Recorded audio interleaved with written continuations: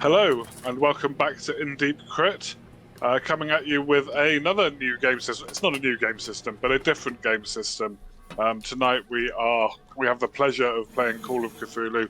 I'm Damien Humphreys of In Deep Crit, semi-fame. We've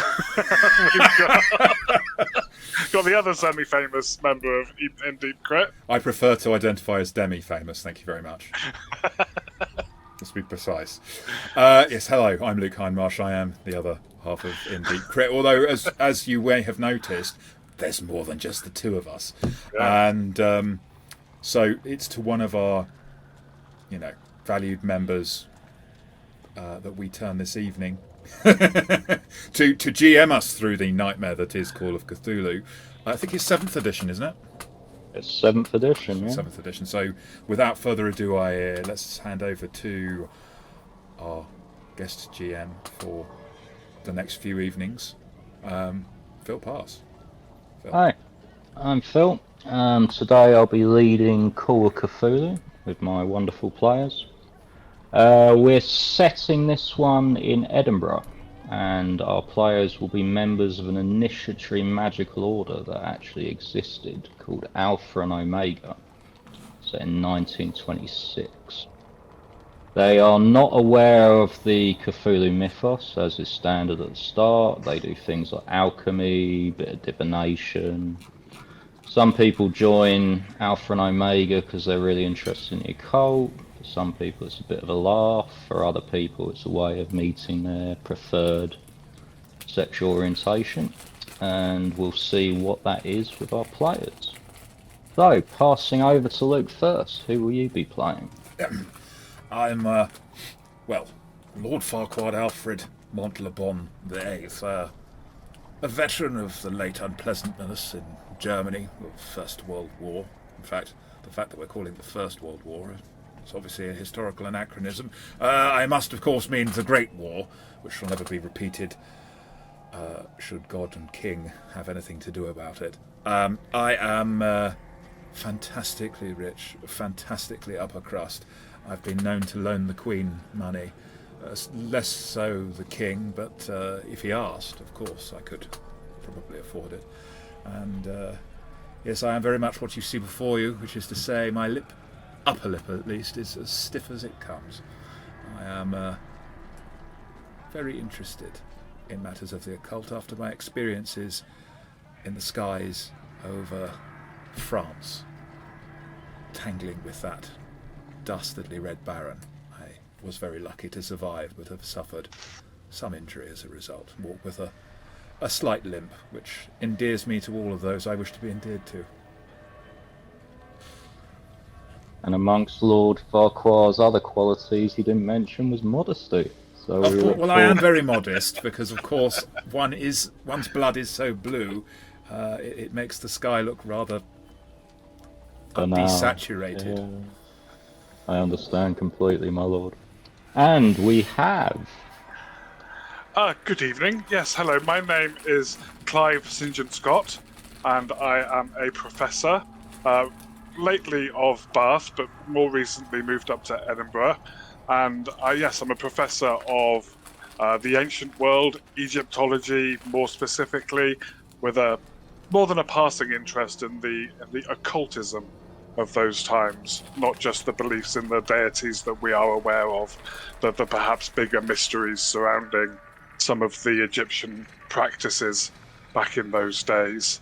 I'm very pleased to be up in Edinburgh. I've had a reason to need to move away from the southwest of England, which, yes, is probably better not discussed in polite company, shall we say. People of this time are not very forgiving of my lifestyle, shall we say, unfortunately. But as somewhat of a history buff and a history professor, I must slightly correct my upper crust friend here and point out that the first use of the phrase "the First World War" was in about 1916. So yes, it was the typical optimism of the human race, I suppose. That we may have started one, but we're going to have more. I'm a keen amateur boxer. Keeps me nice and fit. A little bit of cauliflower ear going on. Other than that, yes, I enjoy being part of the order and meeting like-minded individuals. Yes. Perfect. And speaking of like-minded individuals, it is Wednesday the 27th of October 1926. And in the afternoon you each receive a message from this man, the Imperator of your order, of your Temple of Amun-Ra. And he's calling you to an emergency meeting. And it's not the first time it's happened. Occasionally, you know, people die, people do something stupid, stuff gets in the papers. This is the first one where instead of meeting at the Temple of Amun-Ra, he's asked you to meet at 6 p.m. in the new club. Now, in spite of its name, the new club is Edinburgh's oldest members club. And I'm sure Lord Farquad knows it very well. No, perhaps not Indubitably. Clive that much. No. I've probably had him status. brought in as a favour every now and again, so long as he promised not to do any of his singeing Scott stuff. Ha ha ha ha. So, what did your Wednesdays look like before it was rudely interrupted by that missive from John William Brodie-Innes? What does a typical Wednesday look like for Clive? So a typical Wednesday is spent taking a couple of classes, well, as in lecturing at a couple of classes at the university. I lecture in Egyptology and a little bit in classics. It's not my preferred area, but I do, you know, somebody's got to do it, I suppose. And after that, that's my morning done. After that, I usually meet my friend Agnes Black, who is the librarian at New College, who introduced me to the area and to the job that I have. We usually go for a spot of lunch, bit of a walk around the town, little spot of shopping, taking it easy for the rest of the day. Perfect day. How about yourself, Lord Farquhar? When did you actually make it up of a fine morning? I'm an early riser, although I don't get out of bed for quite some time. Usually I like to start the day with a nice little gin and tonic to freshen up, and then either it's a question of going out shooting or having a little jaunt around into town in my brand new sports car, the 1926 Daimler Double 650. Woof, it goes fast, much like some friends of mine. If that's, shall we say, bad weather and one can't have the wind in one's hair, then I may have my chauffeur drive me to this or that establishment for a fine lunch or early evening drink session. The chauffeur does his thing. It's a rather... I prefer not to roll around in the Rolls Royce. It's a bit too slow for me, but yeah, that's my normal afternoon on a Wednesday. Or is that a Thursday? No, Thursday's flying, sorry. Oh, I'm sorry to hear it's been interrupted. So I presume you are both going to the new club, or this is going to be a very short video. Post haste. Yes, Post haste, yes. Alpine. Okay, so when you arrive, obviously Lord Farquhar signs in Clive, and you are led up to a private dining room. And Well, waiting for you... may I interrupt and say I have course. to extract the usual oath from Clive that he won't bring any of that unfortunate philosophy of his, this idea of, you know, not having one's proper place in society. Oh, absolutely. I understand my place in society. Yes, clear that you do, Clive, because, you know, if I'm signing you in, it's my reputation. I mean, a gentleman's club is my kind of club. Oh, then good. Yeah, Rather pleased to hear that. Clive. Yes, well, you know, you do comport yourself as a gentleman, and so, you know, keep it up, dear boy. Thank you. You're still bickering as you are led into the private dining room, and the only person there is John William Brodie-Innes. I apologise for the photograph, because that's one of the few ones of him that survived, but he appears like he's taken from a different town. Yes, he's sitting there and he is visibly distraught. Normally he's a very sort of fussy, put-together man, very neat, very perfect. But for him, he looks positively dishevelled. There's even 2 or 3 hairs out of place. And he says, "Oh, thank God you've come. I've got some terrible news. Terrible." And he hands you over this note.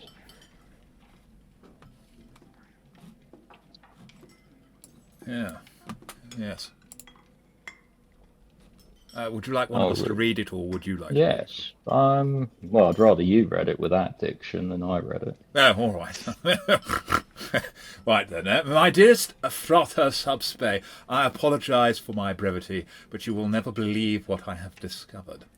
There is a secret occult cell here in Edinburgh performing a ritual that I've never seen before, but it is one which is undeniably sinister, very left-handed.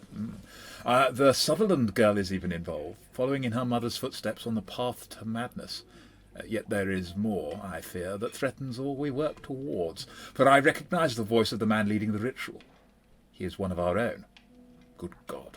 All right. I know that I should report this matter in person, that I should put what I have witnessed before the temple as a whole, so that together we may protect the reputation of Amun-Ra, but there is a story here that will make my career.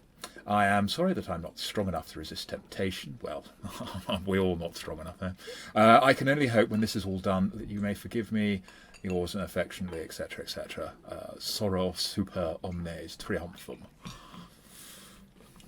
And you recognise the rather pretentious magical name as belonging to this woman, Simone Moskowitz. Oh, yes. Oh, good old Who you Simone. know is a member of your order and an aspiring journalist. Yes. And John looks at the letter and he says, the Sutherland girl he's referring to is Frances Sutherland. There was, perhaps a bit before your time, but there was an unfortunate incident involving the mother who was a member of our order. I do not know if we could survive the scandal again. Our membership has still not recovered, and the woman's father, the lady's father, Graham, his bank holds the note on our temple, and I'm afraid if he forecloses on us, we could be banished anywhere. We could end up above a pub or in Dalry or something. I have no idea what to do. Like, if one of us is involved in this and it gets out again, we could all be ruined.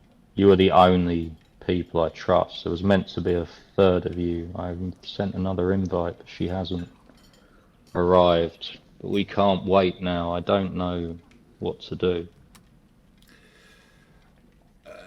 Well, first of all, don't worry so much, old man. I'm certainly willing to underwrite the temple. I would prefer not to be in the gutters with the press, but We talked about this before, Lord Farquad. We can't be just one rich man's club. Our reputation will not survive. But to make matters worse, Simone has disappeared. I can't find her anywhere. I went to her rooms on Monday and Tuesday, and she's not there. I don't know where she is. Could she perhaps be undercover? She appears to be saying that she's going to investigate this herself as part of her job. Perhaps she could be. Well, I hope undercover and has moved out temporarily to allay suspicion from her. I hope so too. I hope nothing more sinister has happened to her. I'm scared that even if that is the case, and you're right, and she has, she is a resourceful woman, she has family here, but if she has done that, she's still going to publish this story. She's going to take all of our names through the gutter. And is there, of course, we will. I will help. I'm sure my esteemed colleague here will also offer to help. What else do we need to know? What was this incident with the Sutherland's before. Would that have any bearing on this? Can you give me a knowledge test, which is just an unmodified intelligence test to see how much your character remembers? Nice. So Hard you were success. talking to one of the older members who was a little loose in his cups and also shares certain interests regarding the more masculine sex. And he was saying that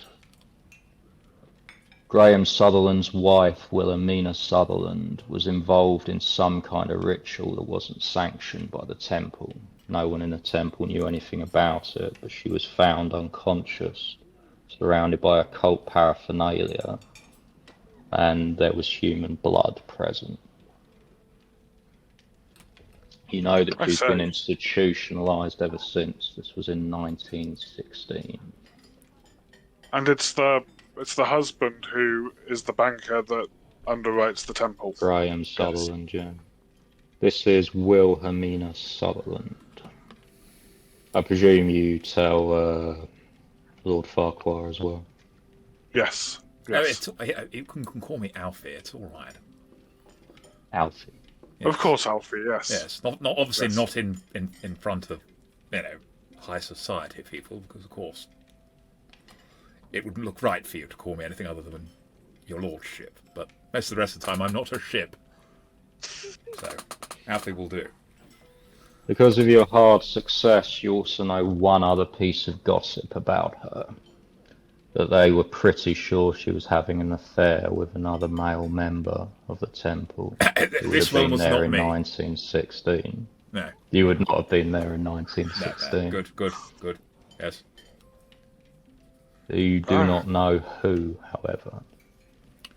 So yes, apparently she was involved with another male member of the temple. John Brodie looks surprised. He's like, "Who told you that? I have no knowledge of this. She was Graham Sutherland's wife. I'm sure she was faithful." It's something that's been going around the scuttlebutt, I'm afraid. Many a slip twixt cup and lip, eh? Yes. What was Graham doing during the war? Was he at home? Was he away? I think many people may have slipped during those terrible years. You know that John William Brodie-Innes is not a man given to gossip, frightfully proper, but he has a slight look of disdain on his face, and he says, Graham Sutherland helped on the home front. Yeah. He apparently has a bad ankle. Oh dear. Very tragic. Yes, quite. Yes. Unfortunately, we're about to be graced by his presence. He's coming here with his son to discuss what happened. Unfortunately, it seems Simone also went to the son with her account of the tale. Okay. And I now Alfie, have to lie. Alfie, of course, I probably don't need to mention that we don't mention the possibility of an affair of Graham's wife while he's here, yes? Well, I know sometimes you can get a bit carried away in discussing events. Yeah, listen, dear boy, I mean, really. I mean, I bore him perhaps with, things that he would know nothing about, such as courageous activity in the air. Courageous activity between the sheets is probably not something he's any more familiar with, to be quite frank. And certainly one does not discuss a lady's indiscretions with her husband. No. Or indeed, generally. John Williams says, I'm going to tell them that Simone has scarlet fever if I tell them that she's disappeared. God only knows what he'll do. There's a knock at the door. No, there actually was a knock at my door. And the waiter puts his head round the door and says, Graham Sutherland and Archibald Sutherland for you, sir. Graham enters first with a look of absolute disdain on his face. Here you are. He, however, pauses when he looks like the type. He, however, pauses when he catches sight of Alfie, or should I say Lord Farquad. I'm afraid to him I am Lord Farquad. And he says, Lord Farquad, I had no idea you were associated with these people. He makes a vague gesture towards Clive and John William Brodie-Innes. Well, Sutherland, it's a pleasure to see you again, as always. Yes, associated is probably the best word to use for now. Let us say that the matters have piqued my interest, and let us leave it at that for now. One's estates have certain heirlooms and such, and there's a certain importance attached to societies that study Egyptology and the like.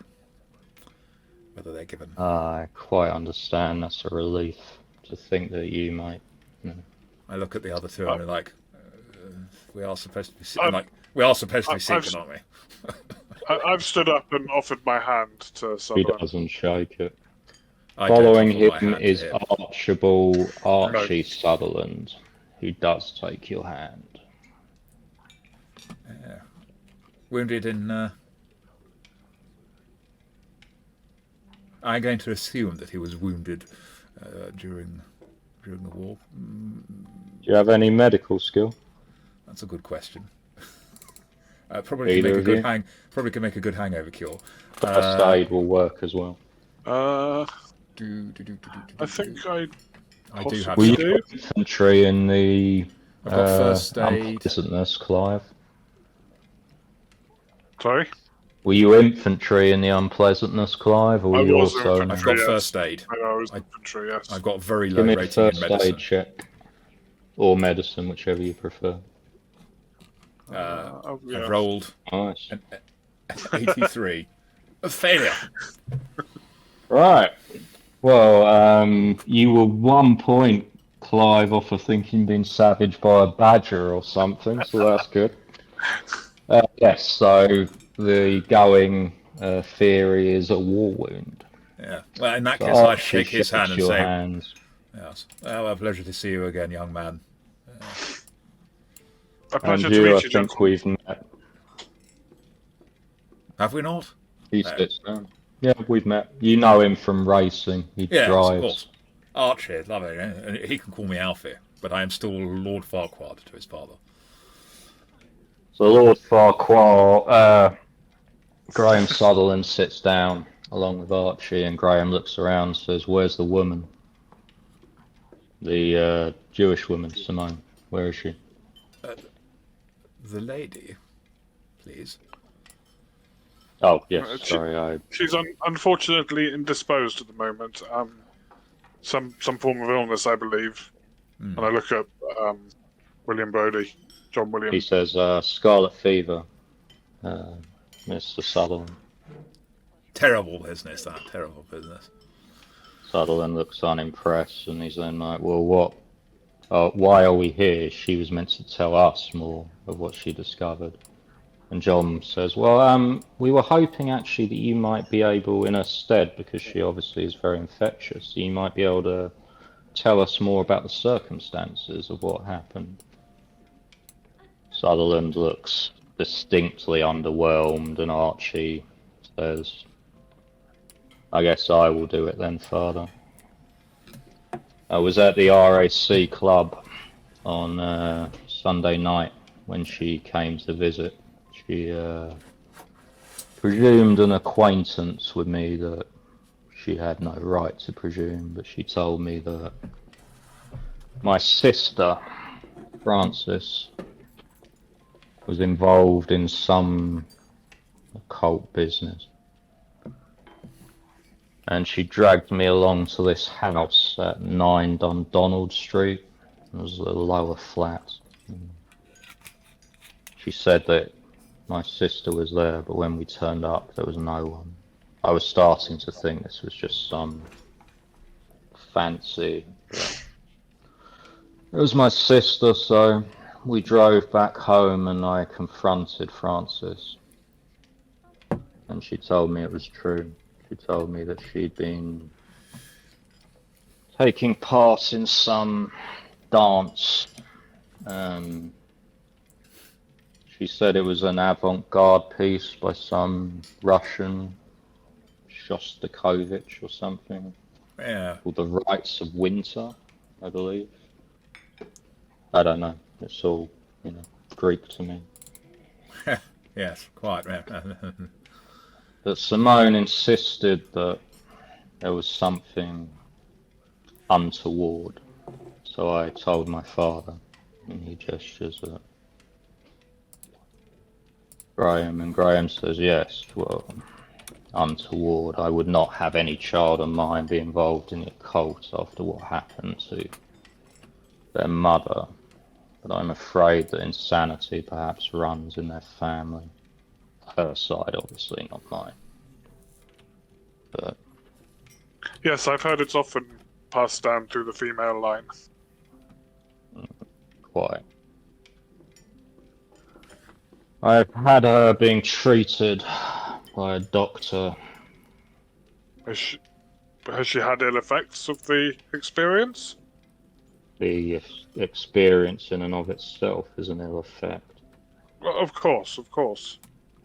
She is due to be married. She's going to turn the page on our unpleasantness here. Her fiancé is due back from New York in less than a month. I will not have it reported that she's cavorting, especially with occult types. I mean, no offence, obviously, Lord Farquad.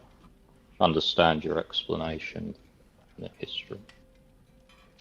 Dr. Lachlan McTavish is seeing her. She's going to be kept sedated until such time as we get to the bottom of this matter. There is something that cannot go any further, and I am trusting you on your honour as gentlemen.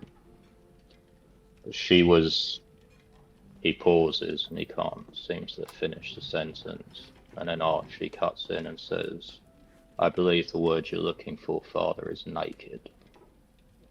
Yes, well, quite. I do not know what to do, but you have promised me, Innes, that you will get to the bottom of this. I expect you to do so.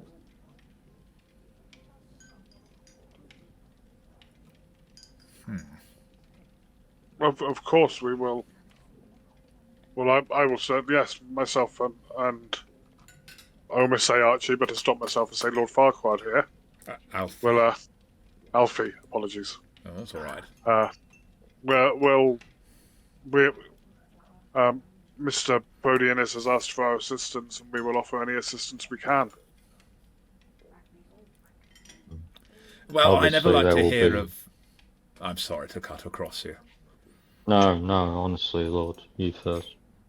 I never like to hear of a situation of a lady in distress, and only a gentleman would always offer his assistance, and so of course I would also offer mine. Yes.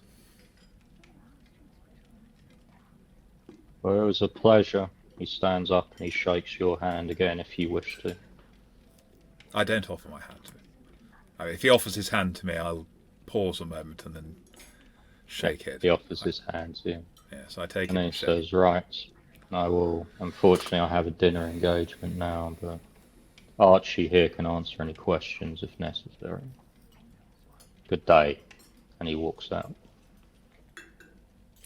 Good day to you, sir. Yes, good day. Charming man, my father. Makes friends wherever he goes. Quite. He strikes me as being one who takes himself rather too seriously. But Yes. I wonder, Mr. Sutherland, may I call you Archie? You may call me Archie. I don't think we've met. My name is Clive. Clive St. Pleasure. John Scott. Pleasure to meet you. I wonder if there's anything you may wish to tell us now that your father is no longer present. yes, I dare say getting any truth out of him was much, shall we say, mulgare outcome, if your Latin is up to it. Yes. There are things that my sister can tell you that she did not confide in our father. I will not break her confidence. She is drugged, but she is perhaps more lucid than they give her credit for at the moment. As for Miss Moskowitz, I know her in passing. Like my father, I frequent her father's tailor shop. We met from time to time. I think she perhaps had more of a interest in me than I had in her, if you follow my meaning. And your father is aware of Miss Moskowitz's involvement, yes? Yes, there was some unpleasantness regarding my mother, which you may or may not be aware. My mother was a keen student of Hebrew. It was Simone's father who taught her. My father would have gone elsewhere for his clothing, however, Mr. Moskowitz is the best. Yeah. So he holds his nose, as he does with many other people in his life, myself included. I myself know what it is like to have a father who is less than amenable to oneself. Is our cross. Yes. Yes. Yes, I can say to you that the house, the flat at Dundonald Street seemed normal. There was no signs. I knocked. Some kind of caretaker answered, said there was no one there, and shut the door in my face. I've not been back. I do not wish to leave my sister alone. I do not know what they will try and give her next. And your sister is being looked after at home, or is she? Yes, the family pile at Avalon House. If you need access, I can grant you, and I can ensure that Dr. Lockland is elsewhere. I would There is some appreciate disdain your for the good doctor. help. Lord Farquad, give me a knowledge check. So unmodified intelligence.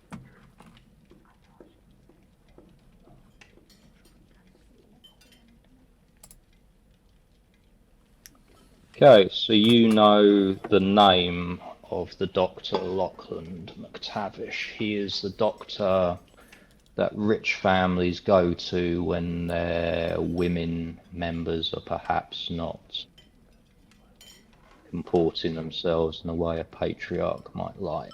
He's not really a medical doctor, he's a drug mule. Not one of those ones who deal with that tragic case of hysteria, are they?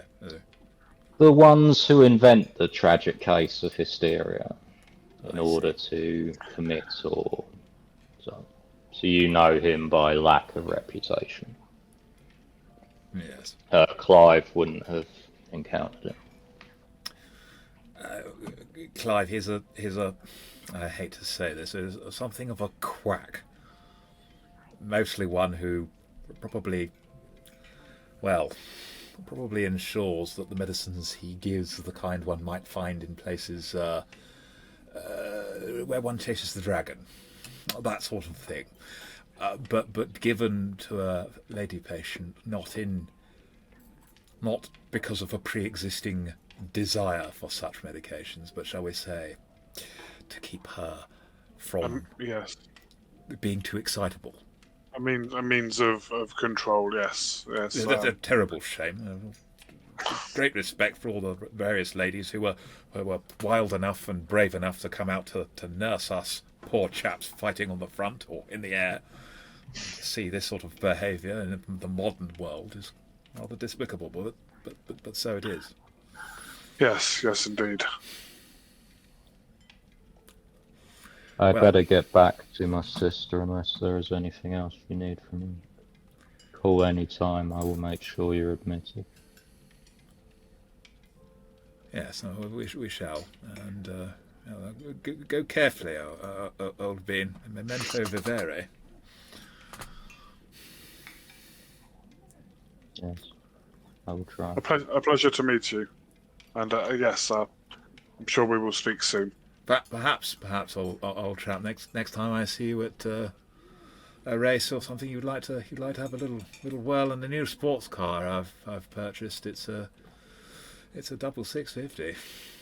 I'll certainly blow the hair back. Shall admire it considerably. Well, give a try and see whether it's one you wish to get yourself. It'd be quite the trend. Can hit 90. Yes, my means perhaps, thanks to my father, do not extend to that. But I'm sure we can play a game of cards or two, and I can lose outrageously. Take care. Cheer up. Never kind. Always just a bad person with cards. He leaves. Hey, what? You are with John William Brodie-Innes, and I'm just going to take you to the map. It is coming on for about 7 o'clock in the evening. Is that loaded up? Yes. It is, yes, it's loaded, yep. Time So for a you quick can aperitif, see perhaps. your townhouse there, my lord. Oh, yes. You can see Clive's far less grand rooming house here. Just over here, yeah. Is that the Salvation Army and Women's Hospital? Yes, we have a missing player who is borderline indigent, and when they appear, if they do appear, that is their residence of choice. Right. I see. So the other things that are on here are Simone's lodging house, the Scotsman newspaper where she works. There's New College, which Clive obviously knows well. Yeah. The mysterious 9 Dundonald Street, not a million miles away from the Temple of Amun-Ra. And down the very southern part of the map is Avalon House, the pile of the Sutherlands. Or do you wish to proceed? You going to rest up for the night, lose a bit of cards, or are you going to get on the trail? As Clive, being an academic, would know, how dentes fortuna you've had. Fortune does, indeed, favour the bold. Why not go straight to the scene of the affair? Yes, that was my thinking. Head to the house. I wonder perhaps Simone's disappearance. It's an outside possibility, but if that rather unpleasant Sutherland chap knows of her involvement, he very specifically stated he would not want anything reported involving his family. Simone was looking to investigate in a professional manner. Yeah. I wonder if maybe he's involved in that side of things. Perhaps. John shrugs and he says, normally I would obviously dismiss such speculation, but you met the man.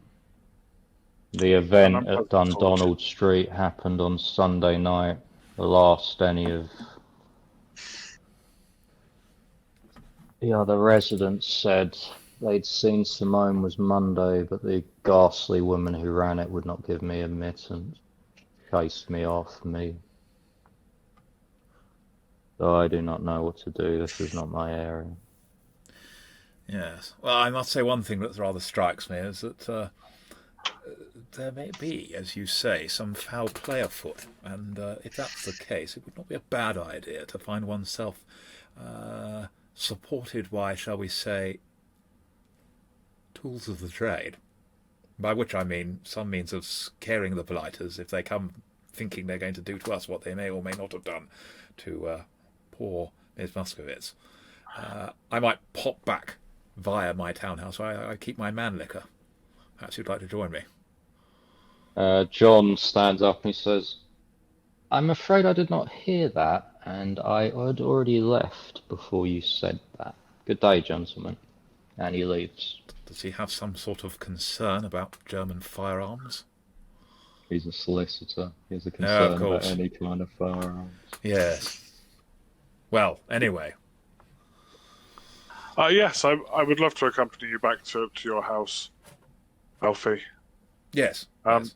I myself, I haven't fired a gun since the war.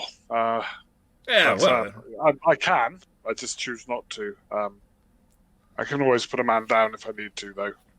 Well, that's very good. I mean, I would be perfectly happy to loan you the man liquor if you like. I'm sure old handling of it. I mean, I appreciate it was a German weapon rather than one of ours, but I took it off a chap I shot down, you see.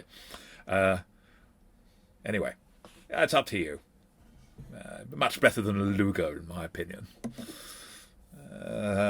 I think it might be a little bit strong to come along with the old elephant gun. Hey. Yes, that's a little more obvious as well, shall we say. I don't know about you, but when we were in a rush here to answer the old Magister tea, well, of course, I brought my robes and regalia and such, and the staff and all that with me. I left it out with the chauffeur. If you have yours with you, we may be welcome to leave them at the townhouse. Probably more secure than leaving it in the rolls. I came straight from town, so I have all my things are back in my rooms. Oh well, that's all right then. Fair enough. Yes. But speaking of that, was there a meeting on Sunday night? That's a very good question. There was not. There was not. You don't meet on the Sabbath. Right. You meet on Fridays. Fridays. Okay. Yeah. Some of you are more Christian than others. Well, of course, they like not to do their occult on the Sabbath. No, I mean, it's rather difficult to explain to the vicar. Huh? And only sacrificing a fish on Fridays. Or dread Cthulhu, yeah. Right, so you head back to the townhouse. That'll take you by road less than 20 minutes. What do you want to do after that? I say, put your foot down, would you? It's not a Luger. It's a man liquor. We'll have and you are suitably armed. Yeah, what would you like to do now? I believe, Clive, you had the idea, or was it my idea? It doesn't really matter, does it? That we'd go to the location where she. Yes, to the flat on Dundonald Street. Yes. Yes, I'm glad you're keeping track of all this.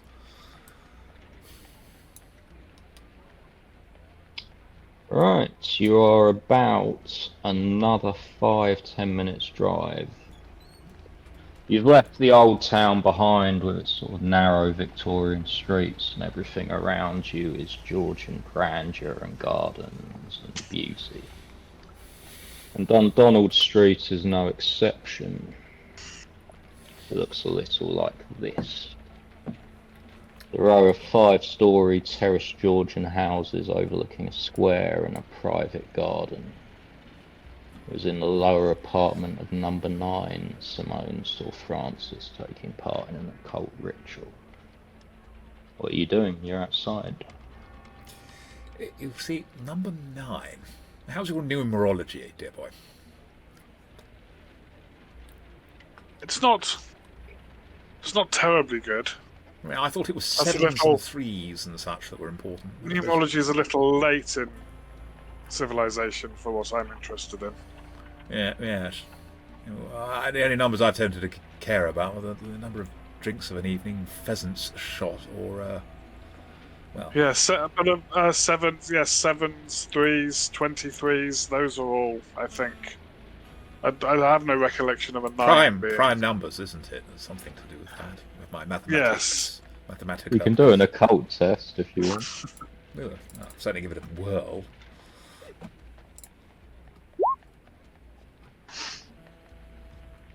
If I can find it on the character sheet. Oh, nice.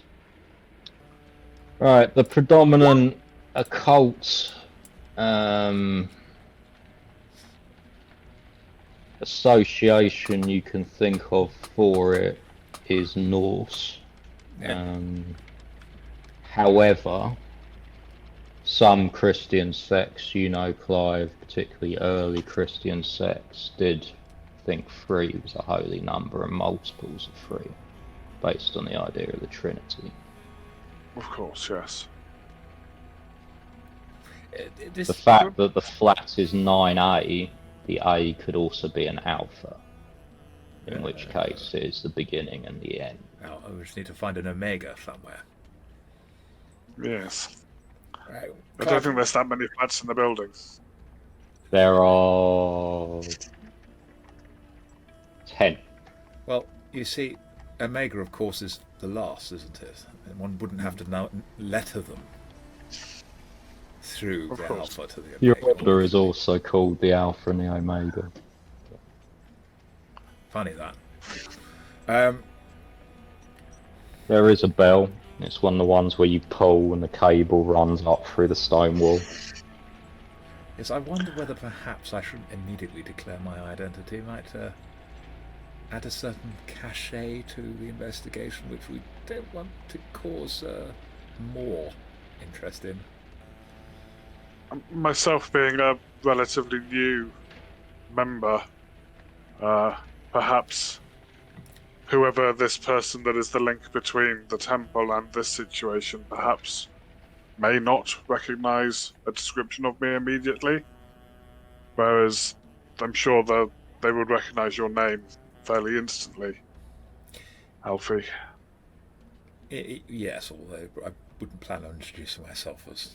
Oh, no, But yes, quite. I mean, you have a distinctive turn about town, shall we say. Yes. Yes, I know what you're getting Brilliant. at. Yes, quite. Whereas the roles you've turned up in has the quality of anonymity, so you should be Well, fine. it's only a phantom, for goodness sake. They're 10 blasted penny where I'm... This is 1926, there's about 3 cars on the entire street. Yes, but Rolls Royces are not exactly... Well, I mean, for those who have cars, let's not... I mean, I'm sorry, I don't normally mix with the kind of circle of people who don't have poop to drive around and toot around town. Anyway, Right. I can ask the chauffeur to drive around the corner if you like, Clive. It might be advisable, yes. Right, all right. There was some kind of caretaker here, allegedly. Yes. Well, why don't you go and see if you speak of the same lingo as him, and I'll send the chauffeur to drive around the block once. What's our reason to be here? We'll Looking have to get buy? this. Looking to move into the area?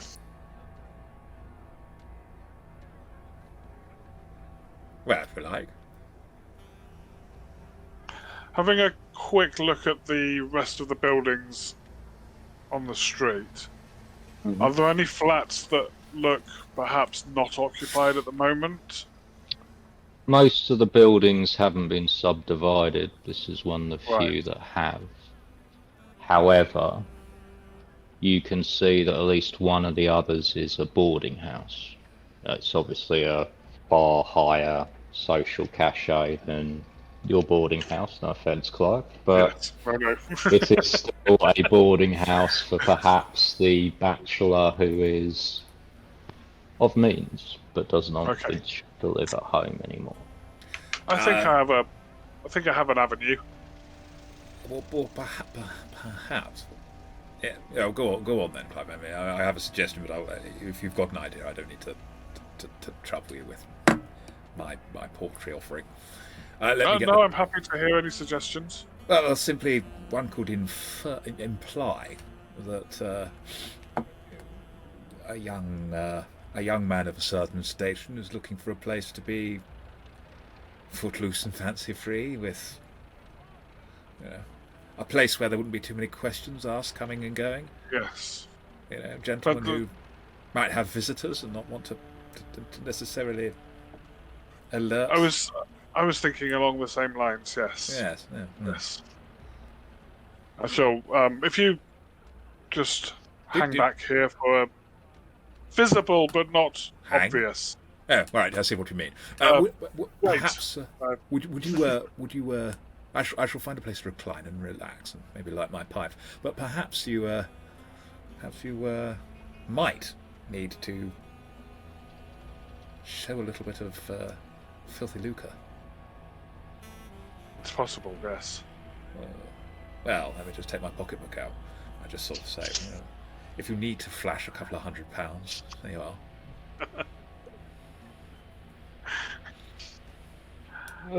Thank you. Don't worry, I won't count it. I shall put that into a pocket. Counting it so I can make sure I can give the right amount back to Alfie later.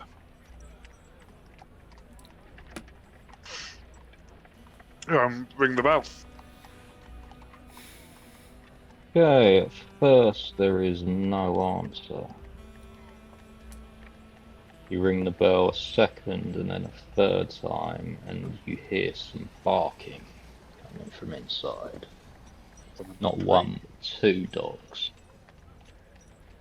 Then you hear a voice say, "Shut the fuck up," and a sort of thud, and then there's footsteps coming down the corridor, and the door opens. And you see this man looking out at you. He says, "What do you want?" Good evening, sir. I'm dreadfully sorry to inconvenience you this evening. I'm here on a quest. My employer has sent me out to try and find. Let's say he is a gentleman of reasonable note within the town, and is looking for premises where he may entertain in a more discreet fashion than perhaps other than taking people to his well-known address, if you understand my meaning. No, what are you talking about? Just like, say it plain, what are you after?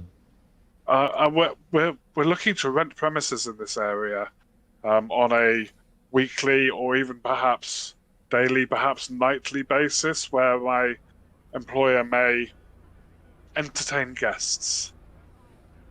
Yeah, you're thinking of the rooming house down the road. Oh, he was looking down. for something a little more private, a little more discreet, and a little larger than a room in a house. Well, I'm afraid this place is taken. The owner, I'm sure, ain't renting out, but if you got a card or something, I'll pass on your message.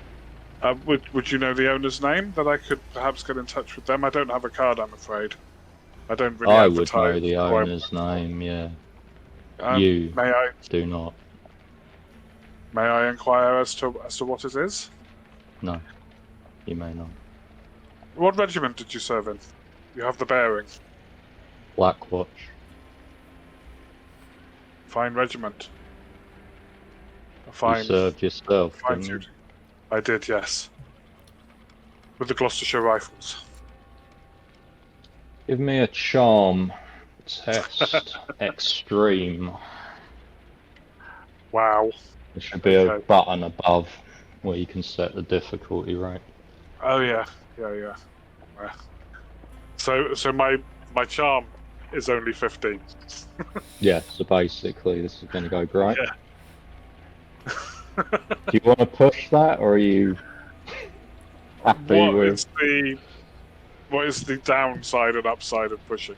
So pushing is where you tell me I'd like to push that, you suggest a way in which you could give it a harder go, a better go, something else you could try, or some confluence. However, if you still fail, you receive an outcome that is worse than simple failure, but it is one that I'll tell you in advance. Okay. On my 3% chance of passing, I'm not going to push this time. Yeah, funnily enough, I didn't think I'd hook you on that one. I'm going to try another tack though. Yep. But perhaps we may have got off on the wrong foot, and as two people who have served in that nonsense overseas, I understand what it's like to perhaps need to grease the wheels a little bit. I have some funds, some discretionary funds from my employer, that if I were to give you some, perhaps the name of your employer may slip out. Excuse me.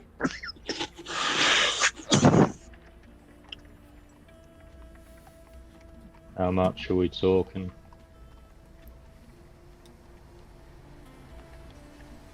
I'll take 50 out of my pocket.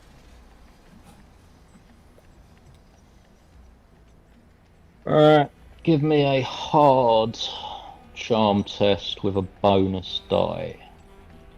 So the way bonus dice work in this is you roll essentially a d10 and it replaces the 10 integer.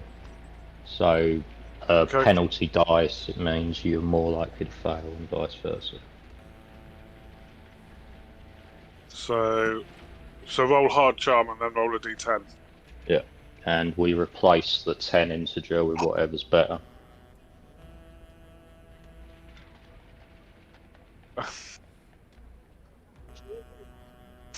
He says, nah. I will tell you one thing, since we seem to be army people. You might want to be here on a Sunday. And that's all you're getting out of me. Thank you very much. I'll see you on this doorstep any other time you and me are going to have a problem. Understood? Understood. He shuts the door on you. Right, Lord Farquad. Give me a spot hidden. Yes.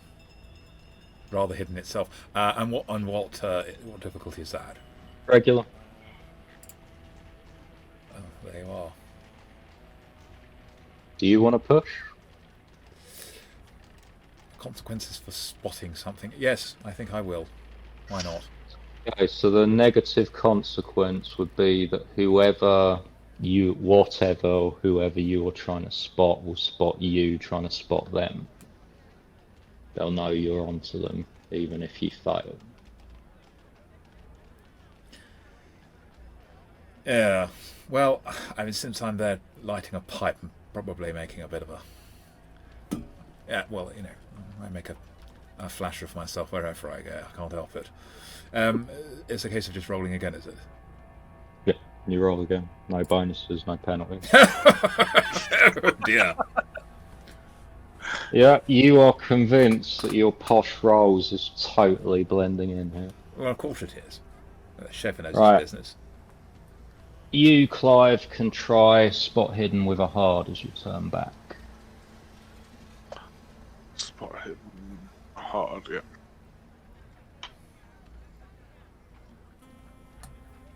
Very observant bunch. Okay. What do you wanna do I'm now?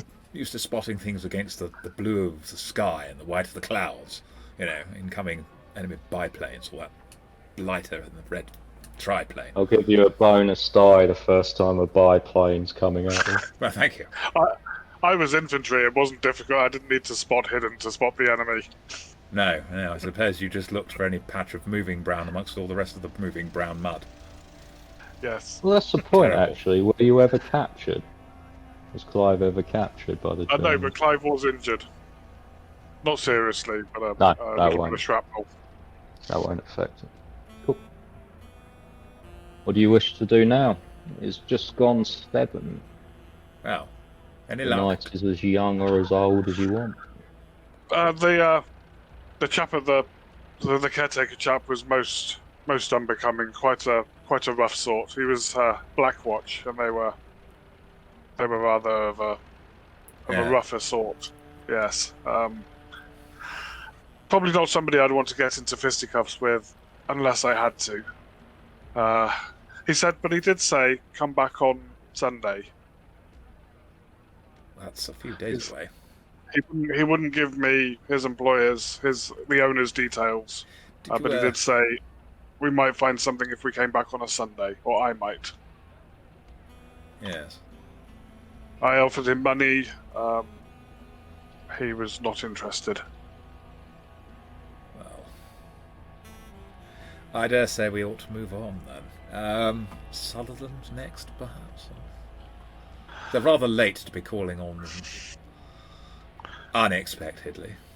I know what Archie said, but I mean, having to negotiate Perhaps. the situation with his father, aren't you? Or perhaps Simone's lodgings. Yes, why not? Who knows what she might have left behind. Albeit, we need to bear in mind the effect on the lady's reputation there might be with 2 strange men turning up. The effect on her reputation might be the landlady may be more likely to let somebody of your bearing in than Yes, I somebody suppose of so. mine. I suppose one could say that her landlady must know her role as a journalist, and we perhaps will have something to discuss to do with maybe my experiences during the war. Yes, Simone has asked for an interview, and you were in the area, popping by. I just thought it would be a convenient time. Very good, very astute of you there, Clive. That was very good idea. Well, I think that's what we'll do then. Where is that Excellent. bastard chauffeur? It's not as good as the other chap whose name I can't remember either. I have no idea. That your car blends in so magnificently, I can't spot it. Yes, now I know what you mean. It's rather, dull and uninteresting. It's just a paltry small thing. Okay, so you are about a 50-minute drive away to the south side. Now put your foot down, would you, man? He does it in Goodness sake. half an hour. Yes, that's more like it. And as Clive well knows, you are now in a very different bit of Edinburgh. You're in the Victorian expansion south into Newington. The houses are far more modest, 4-storey, shops underneath. I think I've been in this area before. Oh, driven through it at least. You might have actually going south to shooting. Do you know that Simone stays at Edna Modure's ladies' boarding house, a rundown tenement on Blackwood Crescent in Newington? Not a million miles from Clive's rooming house, but just even further out. Alright, you just going straight up? Knocking on the door? Yes, albeit I'm not sure about, again... I think perhaps we can leave the rolls parked outside it, do you think? I think it's a little ostentatious, but you're not disguising who you are. No, not at all. With yourself turning up, if I was a lady running a boarding house and you turned up and said who you were and there wasn't a rolls outside, I would question whether you really were who you said you were. Yes, I suppose that's the problem with the rolls these days. It's rather become a sort of a calling card for those who can afford it. It's rather tedious, really. Perhaps other motor cars will replace it. Bentley, possibly. Well, now, yes. Would you like to do the knocking on the door? You never know who's touched such grubby. Of course. Oh, thank you. Of course, Alfie. Give me a spot hidden, both of you. Is it a biplane? No. All right. Damn. Always worth checking. I mean, I'm I not at all. admire your consistency. I am not at all concerned about giving. I don't know if the consequences are so. I've got to try. I've got to drop it for a second because my stiff upper lip is getting quite stiff. I'm trying to emulate the character portrait that you can see. Not very good. I need a bit more of a moustache. Sorry. What would the consequences be for pushing? Either of you want to push it? Yeah. Same again. They would spot you spotting them. I'm really not concerned about that because I'm turned up in a bloody Rolls Royce and I'm no doubt looking around saying, oh, who hasn't noticed me? Not that they would see you, it's that they would know you had seen them. Ah. If that makes sense. So they would know that you have seen them. On a failure, they knew that I didn't see them. On the failure, they would know that you were looking for them and they would think you had seen them. Ah. Oh, well, that's... But that's even if we succeed, they'll know that we've seen them. Oh, yes, but... Not on a push. No, if you succeed, you spot them, they don't spot you. Oh, yes. I'm going to push. Even worse. So am I, but this time, it isn't a biplane, but it is something winged, perhaps. Perhaps I it's hope the not. fact that it's a vehicle that tips you off. Yeah. When you I were have a keen eye parked for those. outside the Dundonald Street, there was a Clydesdale beer wagon, complete with horses. Oh. And you noticed that there was a boy who was near it, which is odd to you because they don't normally employ boys because obviously the kegs ain't light. Yeah. But it's the same beer cart, you're fairly sure. And it's the same boy who's just come out from behind it and is crossing the road over the other side, and you're sure he's staring at you. I say, Clive, that cart moves jolly quickly, doesn't it? I mean, Which cart? The one that was at 9 Dundonald Street, whichever it is, Dundonald Street. And The Hill of Donald, if that helps. yeah, old Donald Hill. Now I'm really going to be confused. 9 Dundonald Street, for goodness sake. I hadn't noticed at the time. It didn't register on me as a beer cart, for goodness sake. I mean, I'm not particularly interested. I'm more of a whiskey man. It's rather strange that there was a boy, and there's a boy now. He's like giving us the eye. You see the boy over there? Yes, no, that one. No, that Do one. I see him when he's pointed out? How discreetly are you doing this? Pointing with my pipe, like I am actually doing. The boy over there. Okay. Because Give me 1 second. I'm assuming because although I succeeded, Clive did not. So the boy therefore would know anyway. So No, he didn't. Oh yeah, he pushed, didn't he? Yeah. yeah. Yeah. So Cool.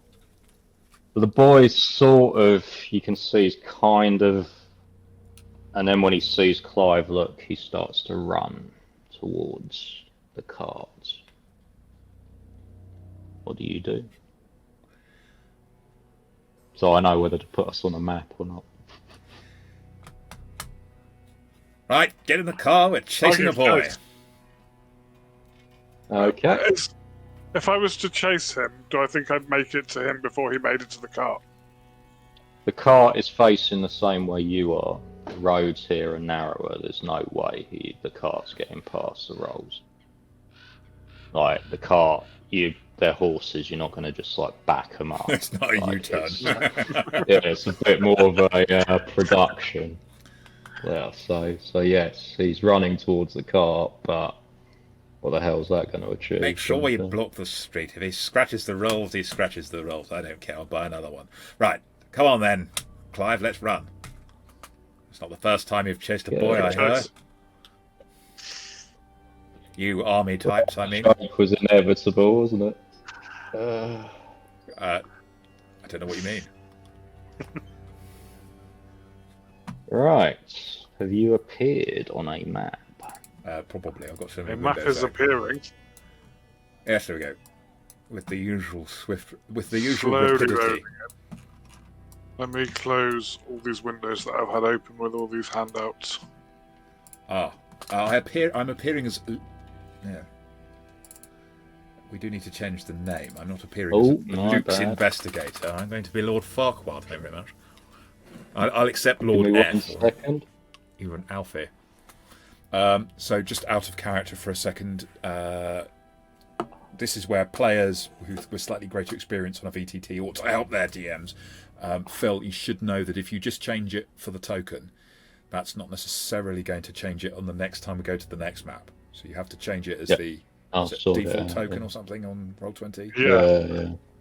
If you now open, if you click on Alfie's token, and then open his character sheet, and go to the edit button, and then click on use selected token. Yep. And that will now set that token If you've as it changed is the set name of it. on this page. Yeah. Perfect. Do you want me to change it? Oh, you have. Okay. Should be saved. Right. Yeah, hang on. So the boy, So the you're name's in a not showing up slightly on mine. different. Oh, try reloading it. So my name's showing up, but Alfie's is not. No, your name doesn't show My up for me name either. is set. Yeah. Okay. I've just reloaded because mine was. Yes, there we go. Properly named. So this is the boy here, yeah? Yep. Where? And he is running round the corner Oh, is that him? Is it? towards here. Our ping didn't show up. Probably in the dark. I'm just going to go straight into the pursuit. Yep. Okay. So we're going to do initiative using the optional rules. So the way this works is you test against your dex and then you go in the order of success, because otherwise it's always just in dex order, which is kind of boring. So I will do a couple of tests. So an unmodified dex test, right? Yeah.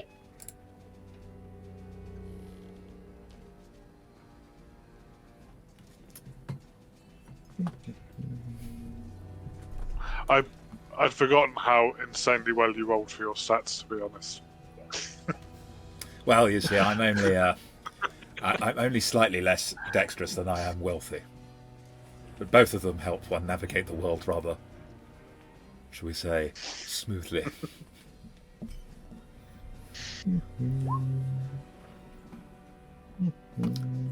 Give me 1 sec. I'm going to wake up tomorrow with a sore top lip. Unaccustomed. You're both doing absolutely brilliant at this. Loving it so far. Oh, we've just put that in now, haven't we? Come on. Well, I love what you're doing, so, you know. It's alright. Great. Okay. So, right. Okay, so the first person to move steps round this corner.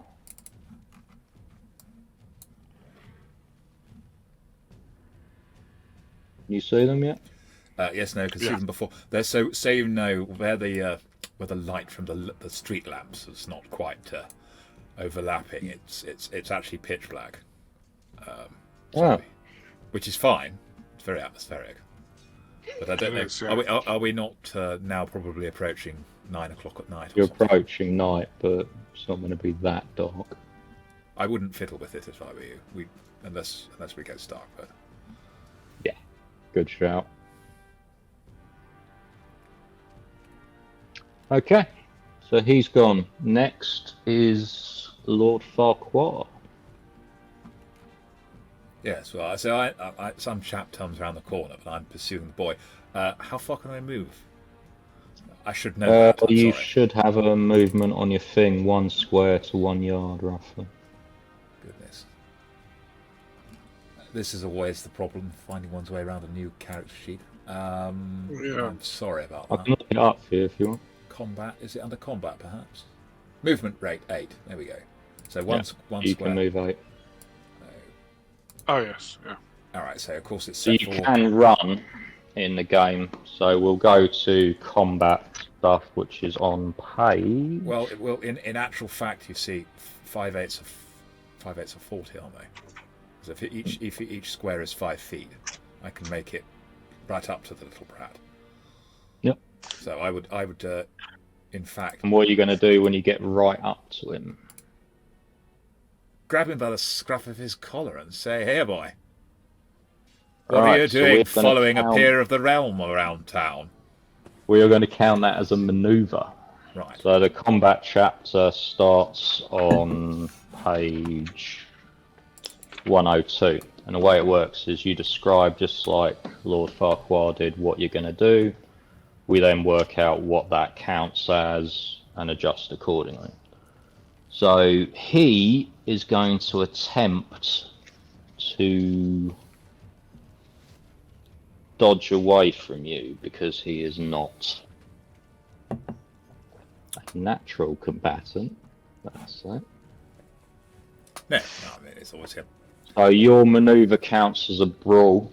So Yep. if you take a brawl check, Yes. he will take a dodge check, and whoever has the better degree of success wins. Ties go to the attacker. All right.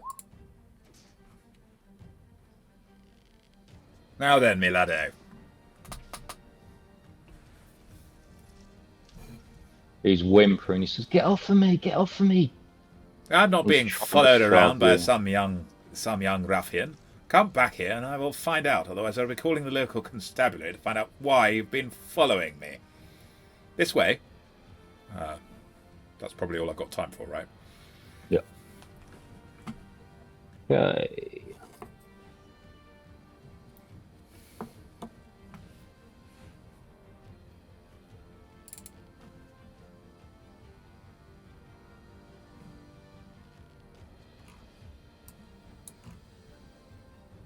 Aha. Another figure moves round. And a familiar one. Albeit, I haven't seen him directly. Different man. Oh, okay. It's the same. Sorry. Generally muscular and big, but is actually a different man. Right, gotcha. Yeah, it is a different man, yeah. I wasn't paying close attention, sorry. 4, 5, 6,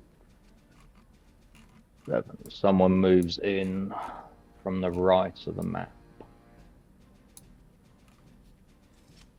It is now Clive, St. John, Scott. Okay, sorry, you said running. Is there a penalty to running? Not a penalty, but what it does is it uses basically all of your action. Right. So instead of being able to, my memory's serving me correctly. Yeah, instead of being able to move and attack, it will take up most of your movement. You can also attempt to flee if you find the boy and a couple of people incredibly frightening, but No. If they are people. I'm throwing you first encounter. Oh, this is set. So this is set. So that's 1. Each square is a yard, yeah. We'll count, yeah, each square counts as one of your movements. If your movement's 7, you can move 7 squares. 5, 6, 7 gets me to there. So I'm going to use, I'm going to run, but not use all of my running to essentially put myself right in front of this chap here. Okay. No bother, we don't need any help, thank you very much. Well, we've got the young rapscallion well in hand. Okay.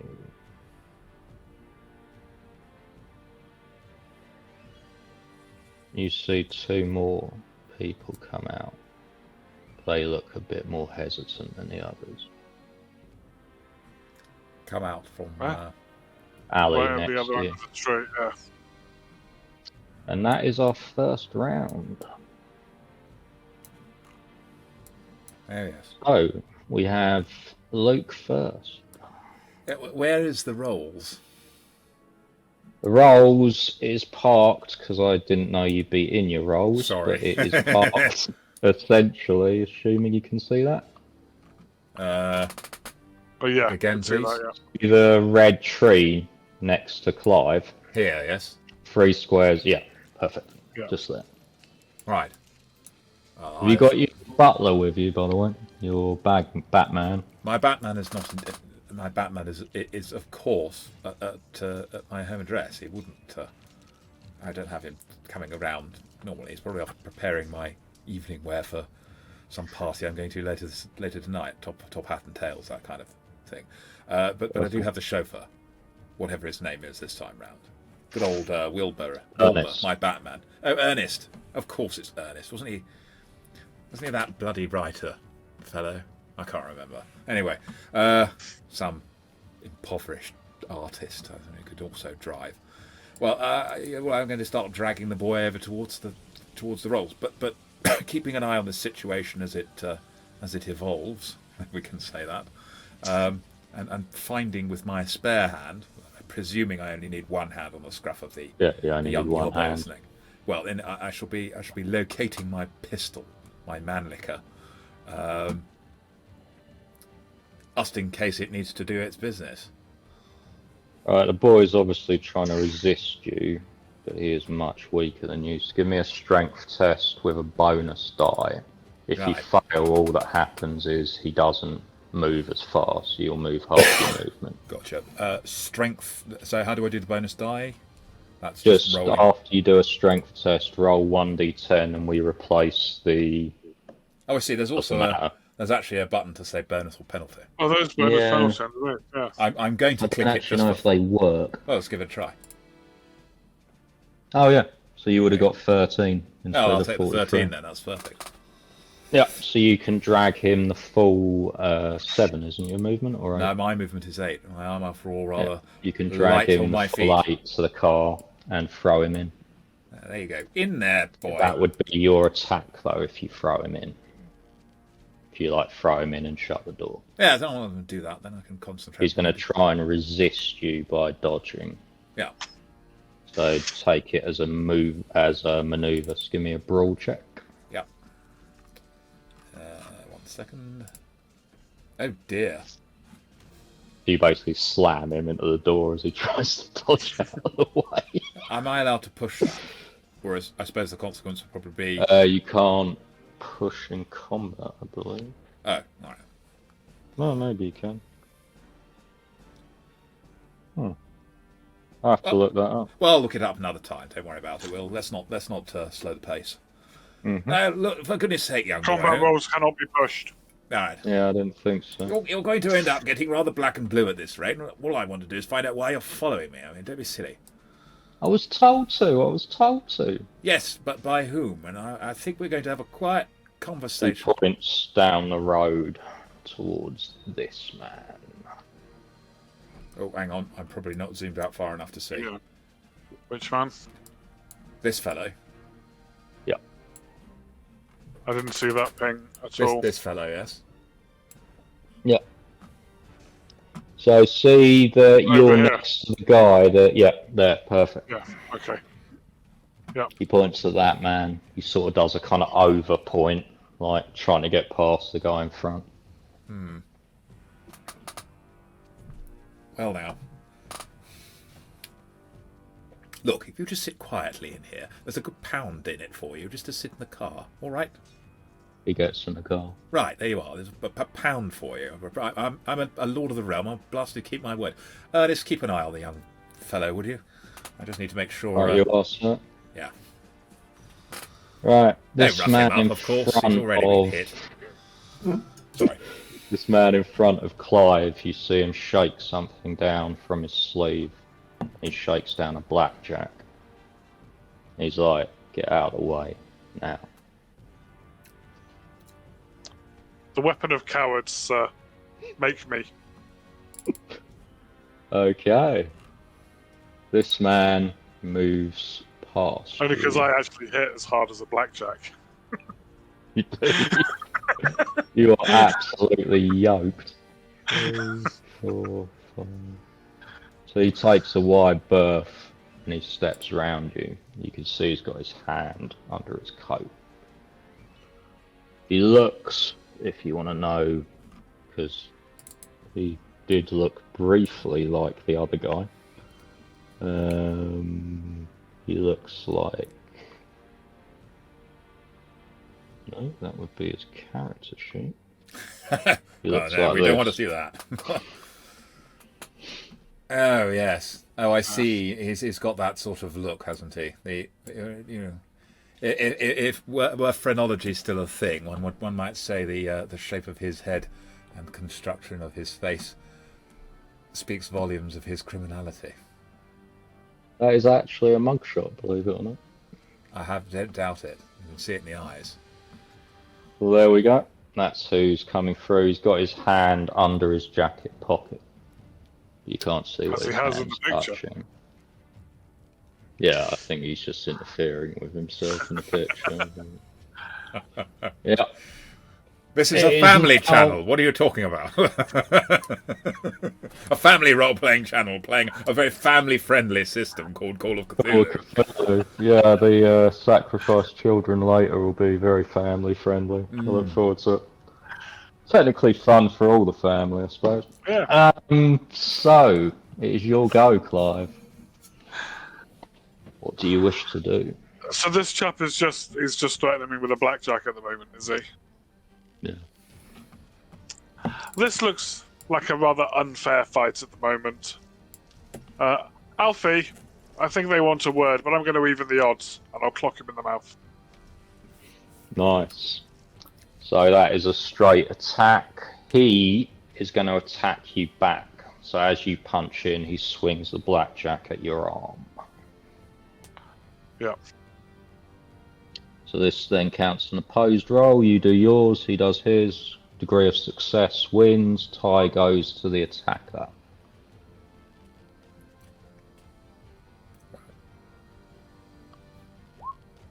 Oh, wow. Oh, okay. Your brawl skill is higher, so you win. Nice. Well done, Clive. Okay, so the 5 damage. 5. Let's roll So, it. So 5 damage, 2d4. Oh, it hasn't appeared for me, but that's cool. Oh, is it not? And my Has attack for me. box has got range and damage underneath. Yeah, but only for The you. Doesn't gang members appear. hasn't. But Yeah, don't worry about it. I just need to check what his hit points. because I clicked the weapon. That is so unlucky. You almost did a wound. Oh, you were that close. So yeah, he properly goes back. He misses you with a blackjack. Blood is coming out of his mouth. He's staggering back. And I take Nicely that. done. That proper kind of just after the turn of the century fighting stance, boxing stance. The kind that's actually effective in a street fight, as opposed to the totally ineffective head down. Yeah. When you don't have a couple of sofas on your fists. Yeah. Bare knuckle fighting, much more. Yeah. Yay. 1, 2, 3. These people aren't running yet. They're just coming in.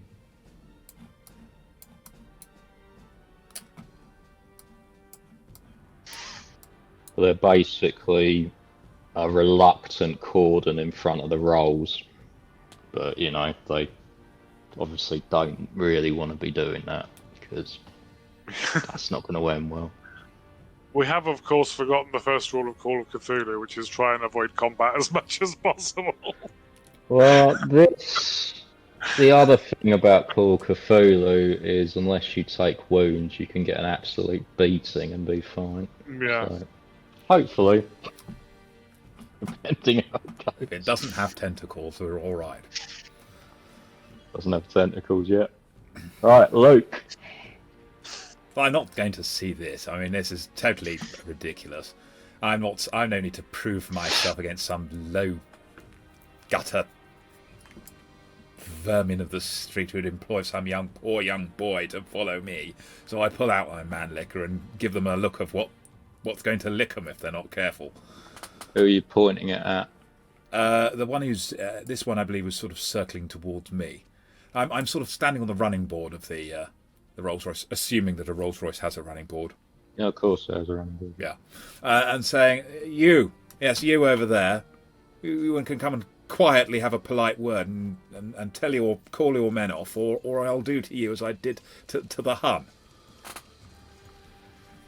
He moves his jacket back, and you can see he's got some kind of pistol. In the light, you can't see what it is, but yours is pointing at him, and his is not.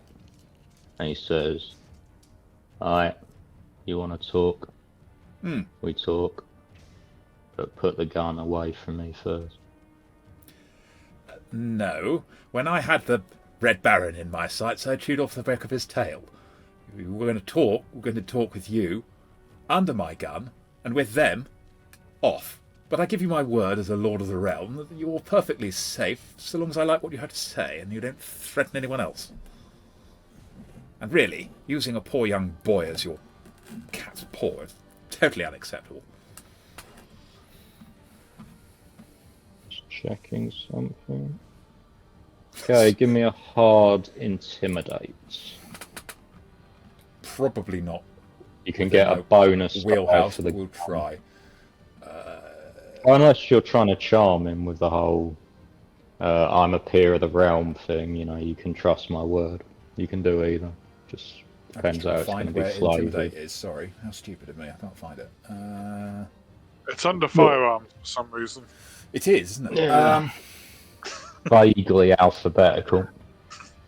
Am I trying to charm him, or am I trying to be? I'm sort of straddling both, aren't I? So yeah, really, pick which you prefer. Well, mechanically, all right. Mechanically is fine. Whatever's more enjoyable to you. I don't mind if you get a little meta if that makes it more fun. Being meta, it would be rather fun to use. Well, so I would be more likely to succeed using charm, but I think it's rather funny. Rather funny if Lord Farquad is trying to intimidate some rough, tough type and really isn't very good at it. So I am going to intimidate him. I've got a terrible chance of success, but why not? Bonus die, remember. I don't think I need it. Damn. This is not the first man my gun has licked. He says, alright, and he lifts his hands away. He makes a gesture. Good. And the one that you've bloodied sort of steps back from you. The others stop moving. Excellent. Well, that's and he says, we're just doing what we're paid. It ain't personal. Well, why don't you come over to the car and we'll have a sit down and a chat like civilised men. St. John comes over. All right. Boy, thank you very much. There's £1 I promised to pay you. In fact, here's a second one. Now run along, and next time you're trying to follow a Rolls Royce, do it with some more style, would you? Beer carts. So obvious. Ruffled, tussle his hair as he goes. Clive? I'll come and stand by the rolls. Oh, perfect. Sorry, I tried to move you as well. Oh, that's cool. Yeah, just at the back of the rolls. What should I call you? I don't need your real name for now. Call me Connor. Connor. He opens a cigarette case and you can see they're imported Turkish. He offers one to you. Thank you very much, but I prefer my pipe, but I will light up. If we, I will have one. If we could be civilised, he likes you. Why don't we get in the car and have a little drive? I don't go to drive you anywhere except so that we're not on the street talking about matters that perhaps require a little more finesse and subtlety. And I'll let you. I got your word as a gentleman. You have my word unharmed. As a gentleman, and I stow the gun. He steps out. He says something to that gang member who comes over, and then the others all go round the corner to the car. And he says, "All right." Right. Ernest, just take us for a little pootle about. Nothing to draw attention. With one just finger and thumb, he's careful taking the gun out, And he removes the bullets into his hand. He puts them in the coat of his pocket. I'm sure you're a man as good as your word, but thank you. Thank you. Well, there we are. It's a certain way of comporting oneself, and I prefer to treat everyone as if they operate under the same rules until they prove otherwise. So, Connor, you can call me... well, I suppose you can call me Lord Farquad for now. Clive, are you all right? Yes, I'm fine. Anyone like a quick, refreshing re-stiffening of the old backbone? A drink? I've got a drink in my hunting flask here. It's just some brandy. I wouldn't say no, my There you lord. go. Don't have a sip. It takes a sip. Fine bottle. I didn't think you'd be armed. Well, No one no. mentioned that. Generally, I don't go around advertising that I brought some souvenirs back from the war. Local constabulary know about it, of course, but, not good to scare the populace. Clive, I dare say you have some questions. Well, I've talked enough for the moment. Let me just light my pipe. Yes, you said nobody mentioned that his lordship would be armed. Who was it who didn't mention this? You met him. He answered the door on you. Oh, the chap at number 9. Yeah. He hired us he's the monkey, ain't the organ grinder, but... Yeah, That's very good, yes. Yeah, said some rich toffs would come looking for some woman. We were supposed to follow you. Tell them where you were staying, who you were. Wasn't supposed to get rough, not with us anyway. And you followed us to Dundonald Street as well. No, we were told to stay outside of Dundonald Street. I've no idea where you came from. We've been sitting out there for a week. Fucking absolute fucking mess. I hope you got payment up front. Yeah, I got payment up front. How much did they pay you? They paid us 20 quid. Obviously my lads, Each? their pay's a bit less. No, not each. This let us say that they've had you on a bit of a unfortunate, rather life-threatening momentarily situation, and you've been, well, sitting around with your hands going numb, no doubt. Surely £20 is not enough danger money. Man in your line of work perhaps could afford to have a slightly looser lip about quite who hired you and what else they might have told you, and even what you might have guessed about the young lady and things that have gone on. Perhaps for an equal sum of money? Double it and we got a deal. All right. Here are £40, pay him 20. We'll have the other 20 when I've heard what we've got to say. Which we'll have it. The man who's looking after that house, he's called Murdo Cochrane. Came back from the war, he's a bit... You know what I mean? A bit of the old shell shock, eh? No, he liked it. He liked it a bit Yes. too much, if you know what I mean. One of those. Yes, that newfangled psychology stuff would describe him in a certain way, I believe. Yes. I wouldn't know about that, Governor. Maybe No you're talking about schooling. these Freudian things, are you? Yes, that's the stuff, yes. It's all about the mother, as I understand it. Quite vulgar, really. Anyway, yes, right, so, moving on. Yeah, well, I was told to keep a watch on the house about a week ago. And then Sunday night, I see someone come in that I ain't seen before. Like, there's people coming every Sunday, like, you know, toffs like yourself, no offence intended. That's all right. But she was different. She weren't one of them. They let her in though. No idea why. Anyway, she comes out. I have one of the lads follow her. She loses him somewhere in town. Fucking idiot.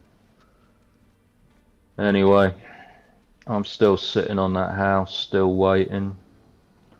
And then they tell me someone's going to be coming. Someone who's got some money. And I'm to follow them, see where they're staying. And I'm to report back to Murdo and he's going to take care of it. You know what I mean? I think I do. Yes. As I said, he ain't the organ grinder. No. There's another 20 and I'll tell you who that is. On top of what he promised. I tell you what. We've got a deal. But something crosses my mind. Talking to me probably puts you in a little bit of difficulty with your employment. I mean, you're going to have failed to do your job, and from the sounds of it, they're not exactly a forgiving lot. Maybe, This ain't the mainstay of my job. No. All right. I do other things for them. This is just a sideline. They ain't going to kill me over this, or I'd never got in the car with you. No, well, fair enough. But what I meant was you might have lost your employment. But if that isn't the case, nonetheless, my proposal is this: that I'll pay you 20 and another 20. So that is a total of £80. And that will be for you to work for me in relation to this matter, between you and I. If there's anything important that I might need to hear, say for example,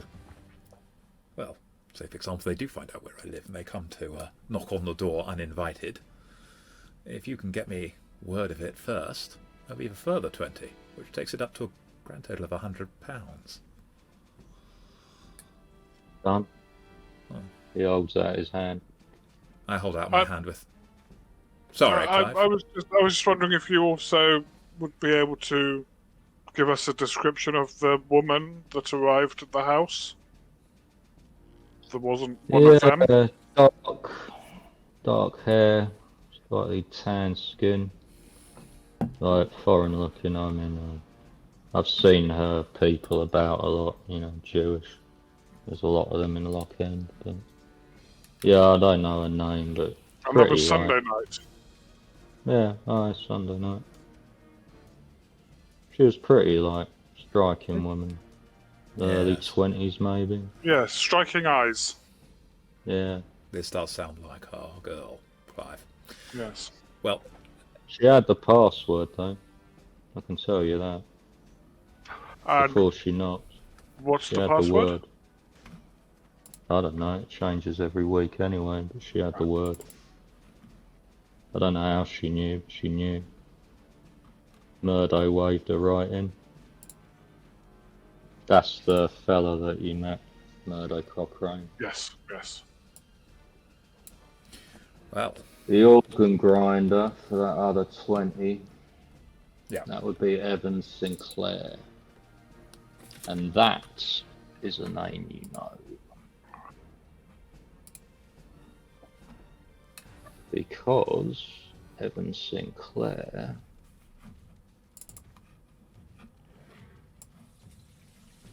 is a member of your order.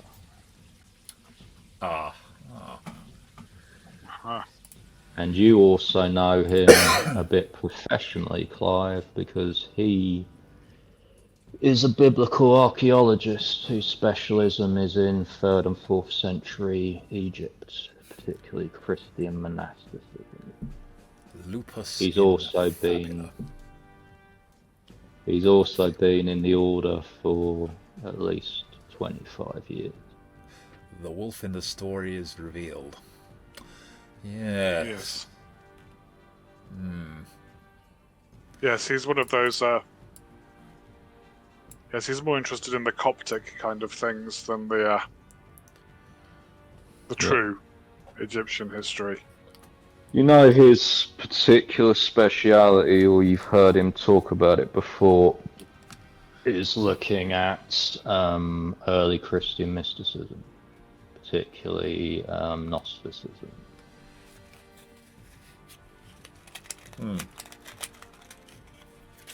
Anyway, so Connor sits back and he says, I'm guessing you know the name. He's a university man like yourself. Yes. Yes. He's a colleague. That's all I know, gents. Well, you've earned your money for the information. Do we have a deal about my other proposal? Tell me where to take the message and I'll let you know. It'll be the same boy you sent out. Oh, yes. Quite quick on his feet, the lad, but probably needs to eat a little bit better if he's going to shake off a grown man. I give it an address as the Gentleman's Club. You can ask for Alfie. They'll know who that is. And consider this, that I may have other work for you. As you can see, I'm generous. We're called the World's End Gang. Yeah, As a side note, you know that the World's End is a pub that was named so because it was the last place at the edge of the wall that you could go. So for poor people in Edinburgh, when the wall was there, it was the end of the world. So he's like, we're the World's End Gang.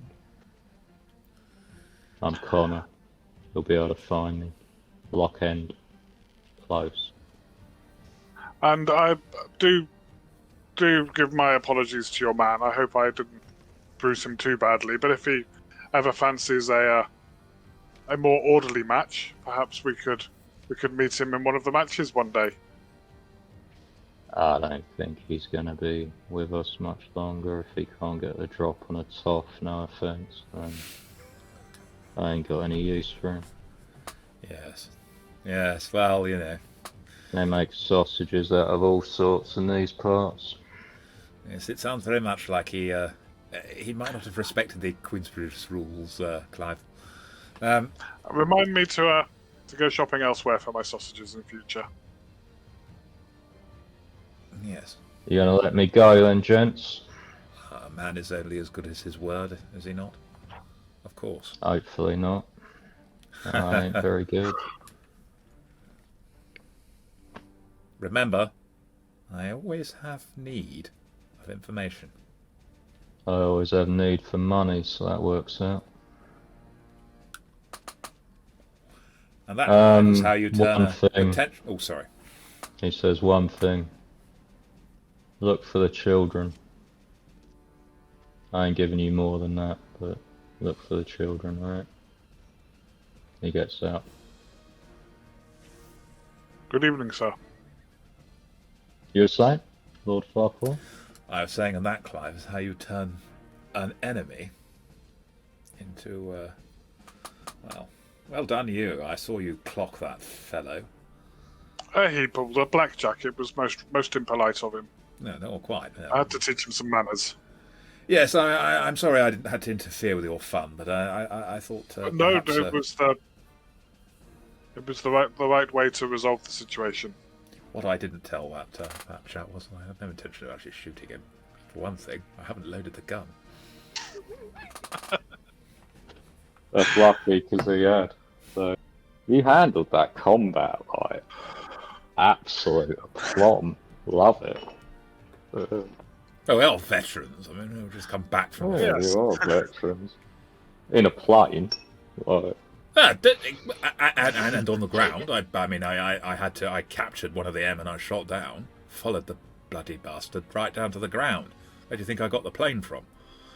Get my we souvenir. can't lose this gold, so when you're Yes, ready. and biplanes, it was only just in the air anyway, wasn't it? Yes, quite a lot of the time you had to flap to get a little bit more lift. Our intrepid investigators have just released Connor, if that even is his name, back into the wild. It is coming on 8 o'clock now. Awfully dark in Edinburgh. Dreek night. Are you going to go back to your plan of returning to Simone's rooms, or are you going to retreat with a stiff drink somewhere? So it sounds as if Simone was actually inside the property. She The told, description you gave was of Simone. yeah, she told Archie that she'd seen the dance and that Finny was. Okay, okay. I wasn't No, aware it's she'd been me, inside Roll. the property. Yeah. Oh no, it's. But yeah. So we know she was there Sunday night. Mm-hmm. We have it confirmed. Unless there are two very attractive young women of her description randomly wandering into 9 Dundonald Street. Yeah. Well, we don't know what they do there, so it might be just the place for rather attractive young women of a international sort to be coming and going. Although I thought she was British. She's British, however, anti-Semitism in the 20s is not. Yes. Well, dreadful business. Yes. Only an uneducated fool would think in such terms. Those of us who are more enlightened. Quite. Yes, and one thing that serving taught me was that every man bleeds the same colour. Well. And woman. Yes. I mean, arguably. I mean, if you prickers do not bleed and all that, but in your case, I suppose it's probably red. There are some differences. Hey, some of us bleed a bit more blue. Hey, Clive. Hey. I am joking, of course. Of course, I know. I think it is just early enough for a gentleman to call on a reporter without it being too unseemly.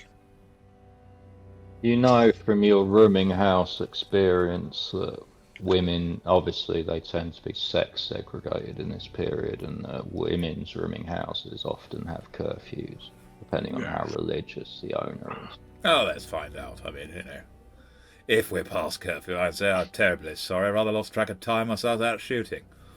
What's she going to say? Yeah, some peer came and knocked on the door. How rotten. Also, I do find, as we saw with our man there, that throwing the odd £5 note in someone's direction. And it seems our adversary is aware of who we are. That's one of our own, isn't it?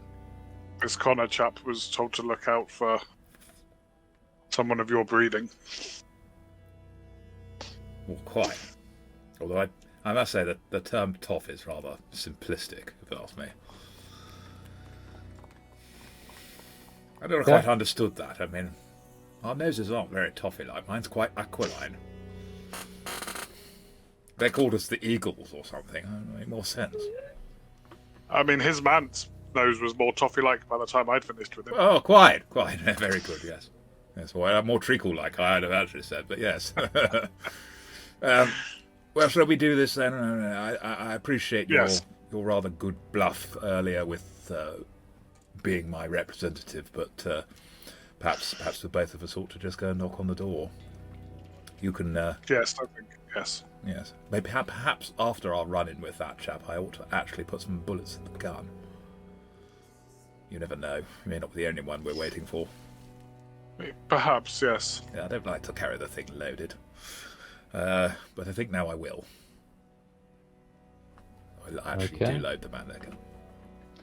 You turn up again at Simone's rooms, knock on the door, and a dour-looking landlady answers. Edna Modure. Yeah, pleasure to meet you, dear lady. My name is Lord Farquad Montlebon the Eighth. I'm expecting to have my lord.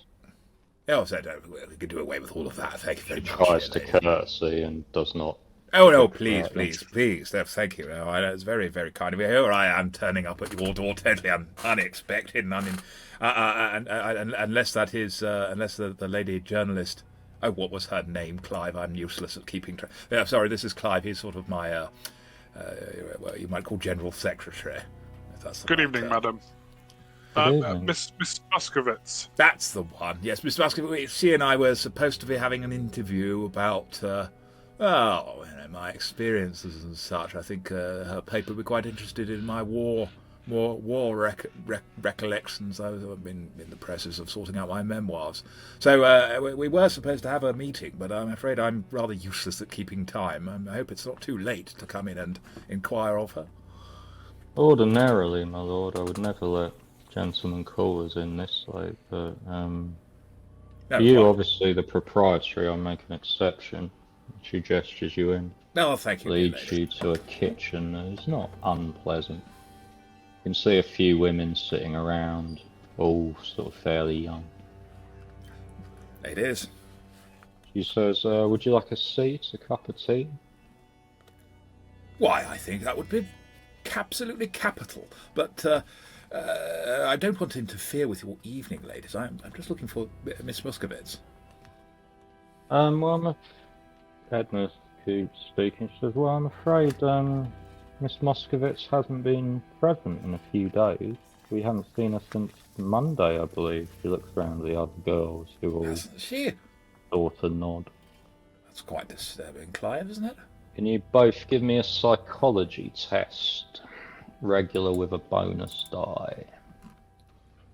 I'm very glad you did not want the psychoanalyst. I don't think Well, I need that's the only going to be... bonus die. Wow. Ooh, nice. Okay, Clive, you notice that one of the women is trying to catch your eye behind Edna. And she Not something I'm moves terribly to... No. She moves to leave the room, and she slips something into your hand. Do you take it? That is something Yeah. you're used to, things being slipped into your hand. Not by a lady, no. She Well, looks a no, bit that's like true. Normally in the this. Turkish baths. Which are in Portobello if you need some downtime. Yeah, she looks a bit like that. Is that good? Yep. We'll put her in the right kind of, rock, and we could be going. Hang on, maybe being anachronistic again to Charleston. Charleston would work. Yeah, so I could take her dancing. It's not that, it's a bit of a frumpy dress, but nothing a quick trip down to Selfridges wouldn't fix. Again, that's probably an anachronism. Selfridges No, exist Selfridges, yeah. Yeah, fair enough. since the late Victorian era. Yeah, so there's a piece of paper slipped into your hand. You're going to try and look at it in present company, or are you going to I'm definitely centre staging and being very sort of flamboyantly lordly and being like, if you insist, I'll tell you about my time in the war and that's bloody time Jerry went and shot me in the leg. And, If the attention is all on Alfie, then I will She's take a fawning on selfie. Alfie, you are part of the baggage. Yeah. The note says, please meet me at 8 AM at Mrs. McGregor's, which you know is a tea shop just down the road. Marvellous. So Edna continues to fawn over you and she says, yes, I'm terribly sorry. I mean, she's used to be such a reliable girl. She was always pay her rent on time. But yes, since Monday she's just gone. I'm in the process of having her things packed up and... Oh, well, I wonder, you see, I sent her, it's rather embarrassing, I sent her an early copy of the manuscript of my memoir. Oh. Yes, that might or might not be, I mean, there's nothing embarrassing in it per se, but it's a very rough draft, as I'm sure you can understand, hence I was hoping to get some assistance from the journalist. Look, I wonder, I don't mean to be crass about this, but perhaps if she owes some back rent, perhaps I could cover that, and in exchange you could just allow me to satisfy myself that my memoirs are not amongst her things. What would you do with her things anyway? Pack them away, I would send send them to her father. She's not. Doesn't You have owe a me forwarding money. address. Oh, good. Yeah, I have her father's address, but she doesn't owe me money. It's just this is a God-fearing house. We run a tight ship here, as I'm sure you can appreciate I can absolutely as a tell. military man. And I would not allow any of my girls to be out God knows where overnight. She's been away 2 nights, she didn't tell me. It's not acceptable. I must say, her editor spoke so highly of her rectitude, perhaps we can put it that way, that she was a young lady of impeccable character, which is, frankly, the only reason why I would engage her services to deal with my memoir. I mean, one couldn't have anyone but the person of the highest moral calibre and strongest ethical fibres. Well, it is embarrassing, but I wonder if we might be ever so. You're welcome, of course, to keep an eye on us, but just to very quickly have a peek to see if, as I say, my affairs are still mixed up with her typewriter or something. Obviously, I wouldn't normally allow men to set foot beyond the parlour here, but... Yeah, quite. I'm happy to remain here if that makes it more comfortable for you. The Lordship vouches for you. Give me a charm roll. You can both do it. But Lord Farquad gets a bonus die. He doesn't need it. Yeah. So she says, no, I will send one of the girls up with you. It'll be fine. But obviously, please try to be brief. I wouldn't want word. Obviously, your reputation is beyond reproach, but I... if at all possible, I presume she has a desk or something she writes at, and that's all I would want to look at. I mean, a lady's private affairs, of course. If she had put my papers anywhere apart from her desk, I wouldn't feel comfortable looking for them. You never know, an invasion of privacy. But a quick look through the door is really all I'm suggesting. Come, Clive, my lord. Let's not disturb these ladies' evening any longer than we have to. So you are led up to the very top, up in the attic that would have been the servants' quarters. Yeah, it's rather snug up here. The girl who's with you says, "Oh, we have a stowaway." The girl. Sorry, I'd put another character's token up with you. The girl who's with you says it's the first door on the right. Yeah, that she's paid for her own room. Oh, well, I suppose that's what you'd expect from a journalist. On the right, you say, is it what, this one? Yep, first door on the right. So that's you straight through. Yep. And I step Okay. in the room. Now tell me where you're going to search. So here, just before you get started, here is the writing desk. Yep.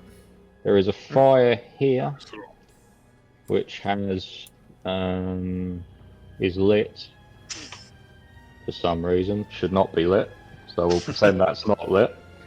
There is coal and a bottle of Turps and some matches. Here is a bed. Here is a wardrobe, and here, by the rug, are 3 piles of wood. Do any of you have natural world or science botany?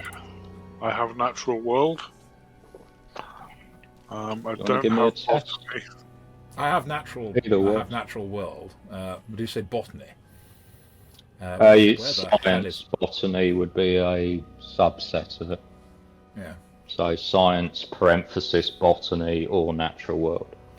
Right, Clive. I suppose I better roll as well. No, I don't know. Oh, that's a critical failure, I believe. Fantastic. I'm so glad I rolled. Do I spot a biplane? Right, you are convinced. Oh no, it's just a regular failure.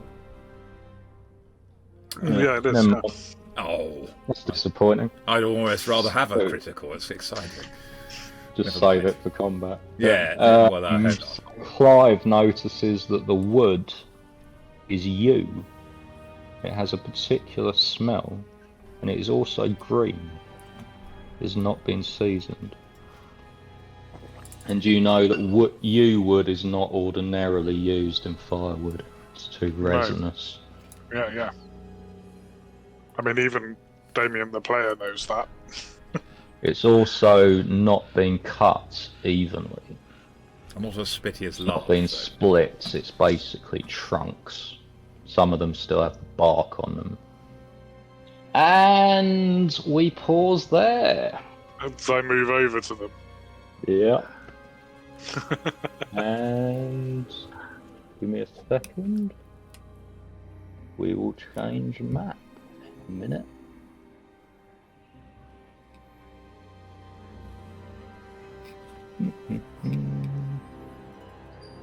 Yeah, if I put you in the wrong place when you appear, just move yourself, okay? Alright. Okay. As you step onto the rug beside the firewood, there is suddenly a massive crash. Sounds like thunder. You can smell something in the air along with the scents of wood. And the wood suddenly starts moving and it starts spinning.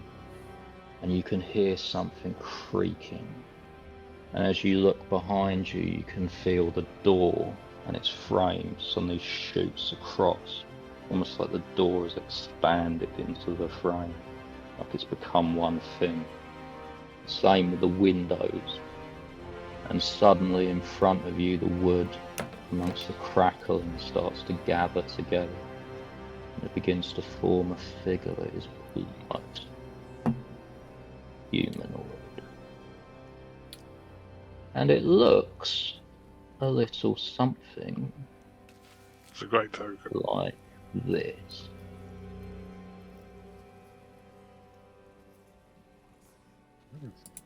It's about 5 foot high and about 4 foot wide, bipedal.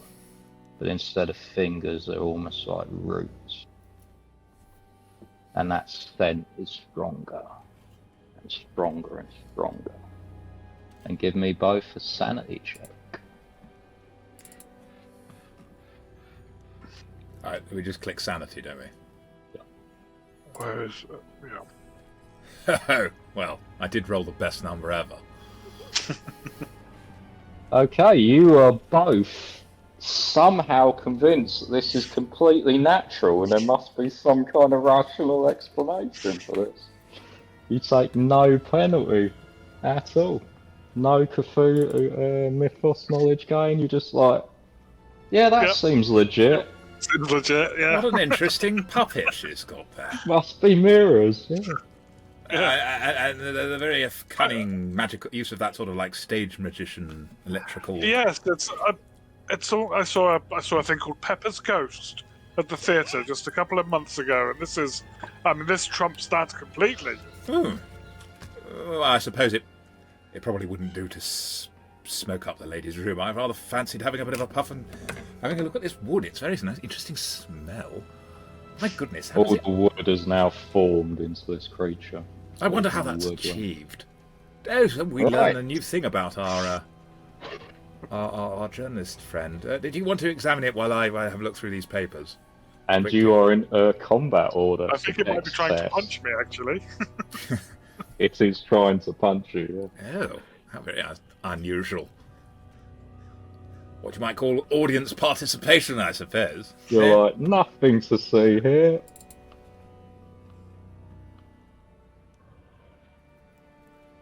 Wow, that's a lot of rolls. Yeah, Oh, is it me? Yeah. yeah. You just It wouldn't. It 10 wouldn't rolls. work. So I'll go off the first one, right? Ignore the rest. Gotcha. Do you want us to roll as well, both of us? You roll initiative, and we'll determine the order. thought I did. Yeah, I did. Lord I got a Farquad. 35. I mean, I do have the reactions of a biplane ace. Yep. Okay, so it's Lord Farquad, then it is Clive, then it is creature that you're convinced is some kind of weird trick with mirrors. Is there a poker by the fireplace? There is poker, there is coal, there is terps, or some kind of methylated spirit.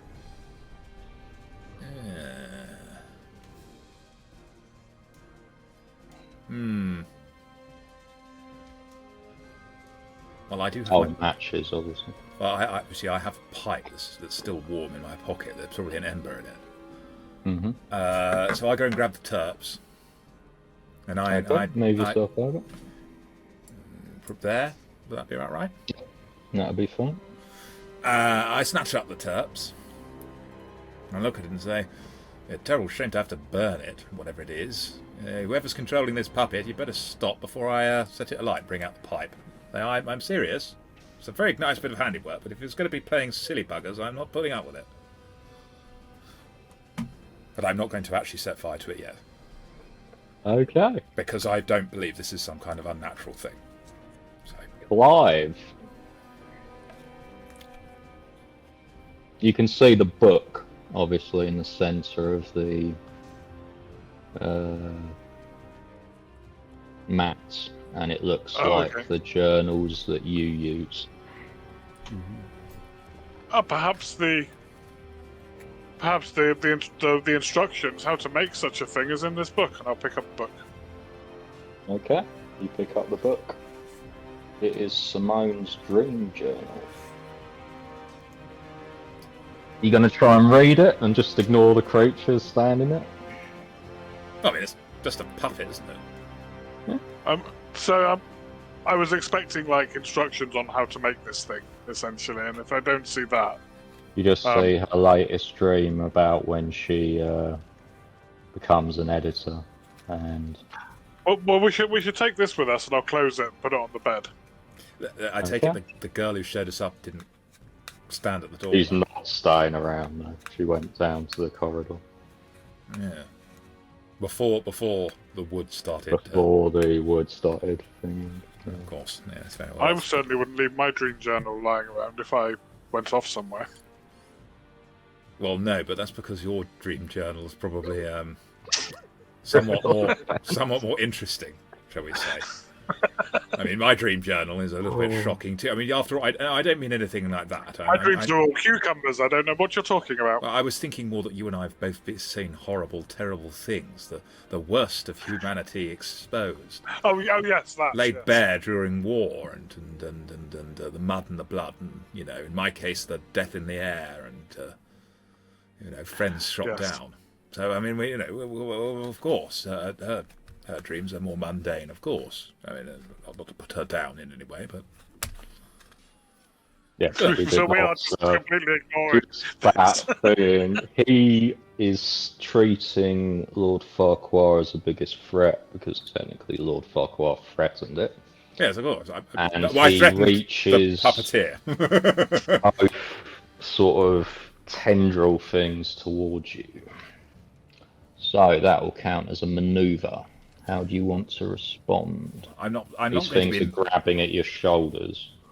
I'm not going to be manhandled, so what I will do is dodge and say, "No, I'm serious. I will burn your puppet.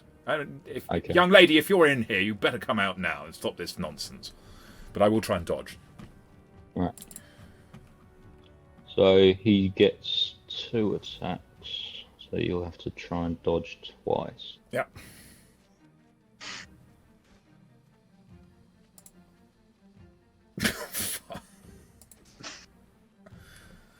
That is some absolutely stellar fighting. It just sort of flails at you and kind of like almost stumbles past. Like if you were not in the situation, it would be comic.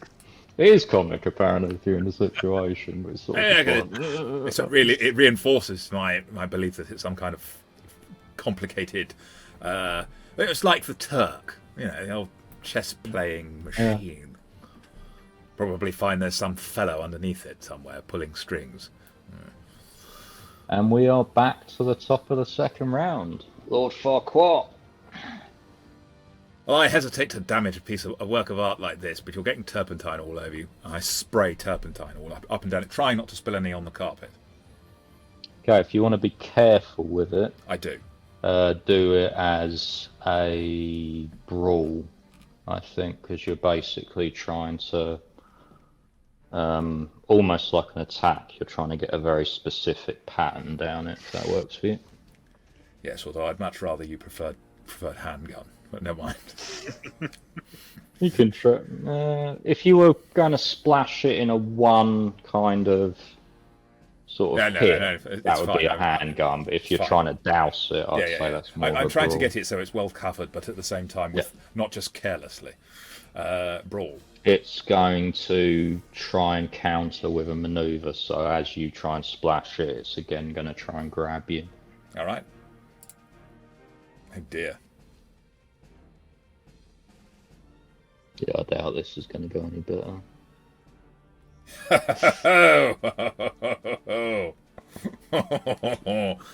Well, we really are making the entertainment. Look, this is all very funny. I think this is wrong. I think that is actually a critical in combat. I think 98 and above is a critical. It doesn't depend on what you're... So, for example, with my weapons as a combat, my elephant gun malfunctions only on 100. My Mannlicher M1901 handgun, in case anyone thought it was something else I was offering and talking about, it only fails on a 99, whereas unarmed is a 96. So you're right in thinking that those numbers mean something different. Yeah. So as it tries to counter, it overcompensates and knocks extra turpentine all down itself. Is now thoroughly coated. Yeah. May I suggest, perhaps because I failed, I've got some on the carpet. Let me think. Yeah. Okay. Some on the carpet. Perhaps it knocks You it out of didn't my... critically fail, so there's none on you. Oh, excellent. And the bottle is empty. Right. That seems fair to everyone. Yeah. Last chance before the hot embers from my pipe set your thing on fire. And if you're in there, maybe it's a child. He said, look for the children. Look, if there's a child in there, the last thing I want to do is scar you for life by setting fire to you. But I've had enough of this tomfoolery. And that's me. Live. Clive now believes that this is some kind of newfangled boxing machine, because it's clearly up for a fight. So this is some kind of new training dummy stroke puppet thing that somebody's come up with, and is going to respond accordingly. Nice. I say, So, it should be as fun. you punch it, it will try and counter by grabbing you again. Oh. Failed. Look at the damage as well. See if it manages its counter. Nope. So it flails again at you. Yeah, I'm and flailing sort at of almost douses you in terps, but it's sinking into the wood. So you are fortunate. Top of the next round, Lord Farquad. If it is taking no effort to listen to me, I absolutely will set it on fire. Okay. Regretfully, and realising that I'm going to have to do some very quick explaining as we flee, leaving behind a large amount of money, probably. Nice. Well, I'm putting the fire out quickly so it doesn't burn the house down. Well, maybe. It's hoping. I mean, at the rate I've been going so far this evening, I've only had a couple of swigs of whiskey after our little contretemps with that, what's his face? Connor.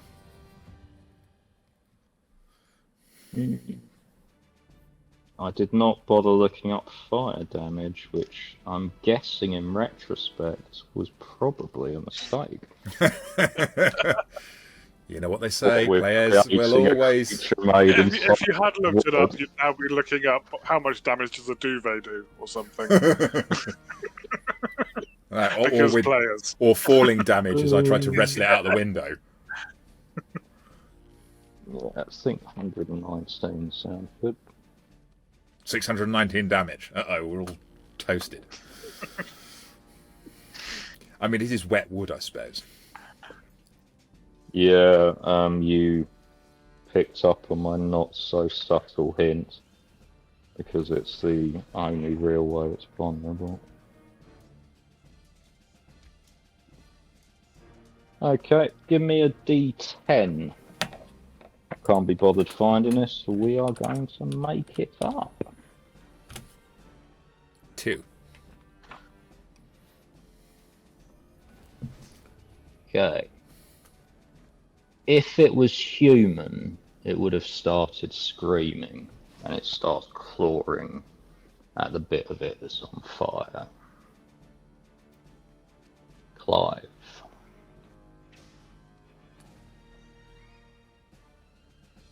Yep, I couldn't see fire damage either. Hidden somewhere in alternate, like falling and stuff. Yeah. So it's on fire. Mm-hmm. So I would like to wrestle it into the fireplace. Being careful of where you touch it. Trying Yeah? not to set myself on fire at the same time, yeah. Okay, so do a brawl check then, because you're trying to not turn yourself into a human torch. Yep. It's going to counter by grabbing you again, because it's got the one idea, and it likes that one idea.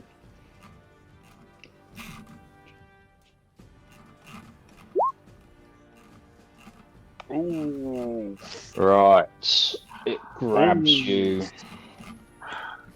and I'm going to give it a chance because of that to get second hand on you. It grabs you with both on the shoulder, and it tries to drive you to your knees. So give me a strength check. Extreme Oh, difficulty. I didn't click extreme. Doesn't No, matter. that would fail extreme. So it pushes you to your knees. You can feel it latched on tight. Ah, it's rather strong, Alfie. Don't think it's a child. Yeah. Its turn, it's going to try and drive you down further. So another strength check, extreme. Extreme, yeah.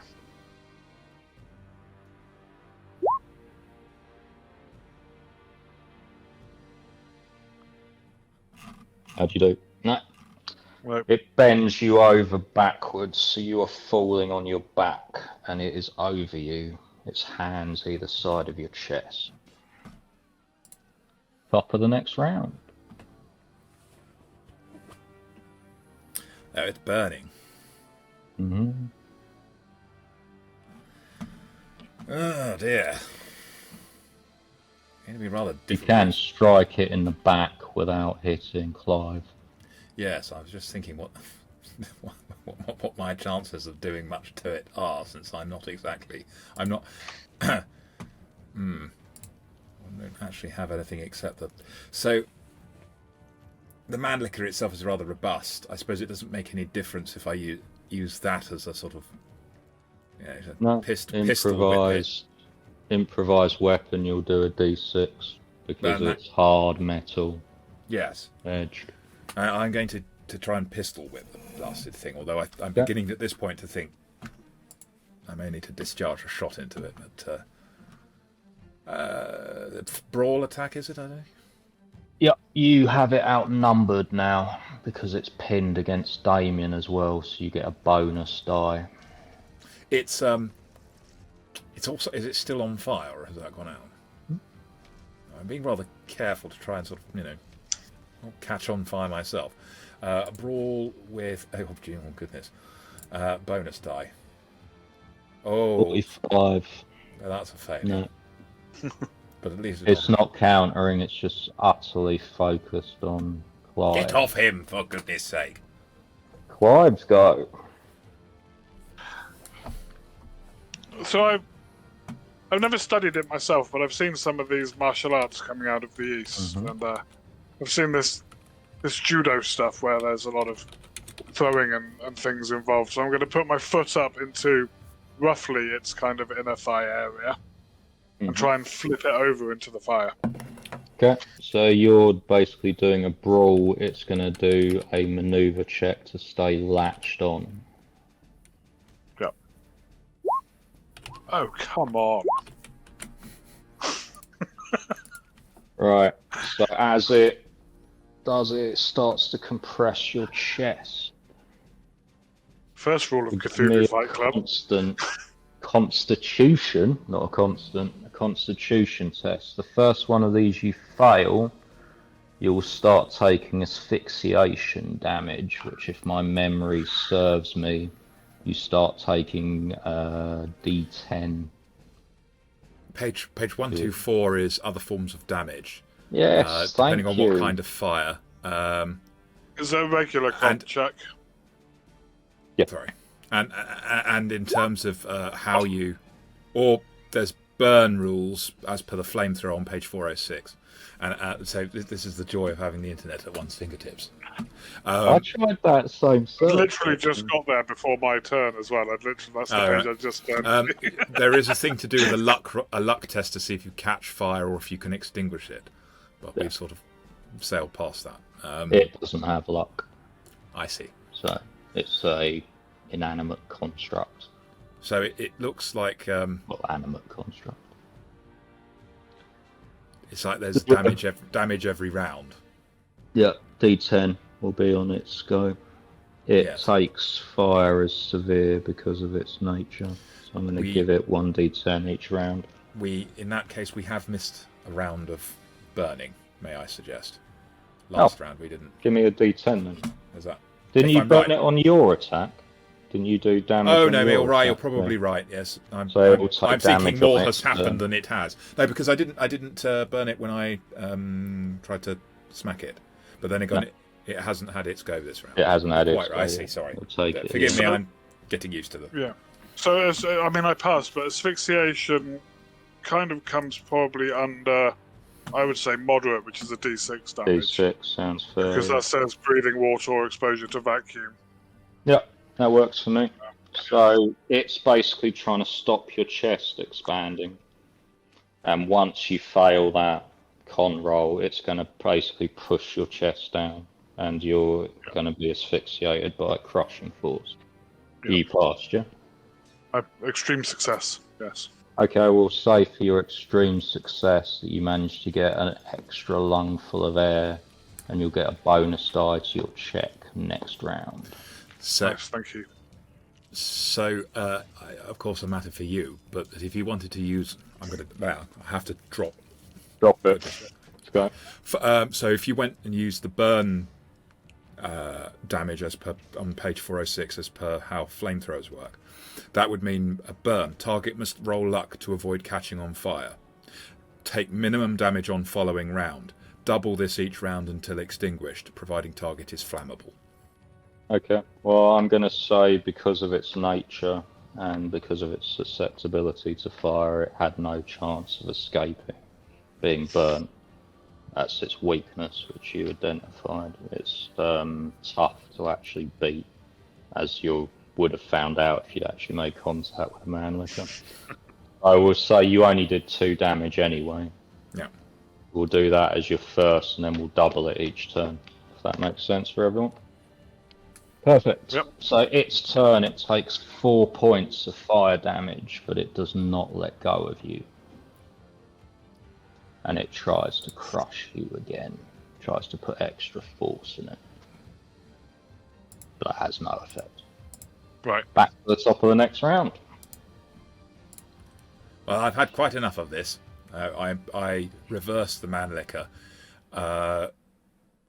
work out where I think some fellow might be inside it and shoot it. Okay, this is technically firing into melee, which, if memory serves, It's a terrible idea. as a negative if you utterly botch it. Okay. Right, bottom of page 13. 1 penalty dice is applied when targeting a combatant. A fumble indicates an ally is hit. Good job. I believe, if I'm reading this right, I fumble on a 99 with the Mannlicher. Yeah. That says malfunction. Sorry. That'll count as a fumble. Yes. For our purposes. Okay, fair enough. So roll handgun and roll a penalty die. Mm-hmm. God.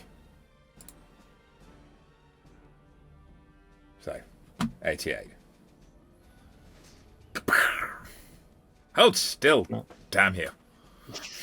No, you hear the sound of a gun, and then there's the sound of some people screaming from below. You can hear the sound of footsteps running in the hall. It is Clive's go, and it is time for you to take your test. Take my contest, yeah. Remember, bonus die, because you had such a good success on the last one. Nice. You get another bonus die next time. I didn't Not that you I needed it. Yeah. No. Clive's very good at holding his breath, apparently. I It's all that swimming through mud in the trenches. Is that the reason, Why? Clive? I see. All right. Okay, It I'm remains. going to attempt the same thing again. Trying to throw it off. Okay. Yeah. It's going to attempt to resist and maintain contact. Okay, so if it doesn't succeed, I'm going to say that it loses one hand on you, and that will stop it crushing you. So your test will reset. You'll get a free round again. Oh, Okay. It manages to get an even stronger grip, so we're going to eliminate your bonus die for next turn. That's, its damage. It takes 8 this 8. turn, doesn't it? Yep. There's me almost about to let it live.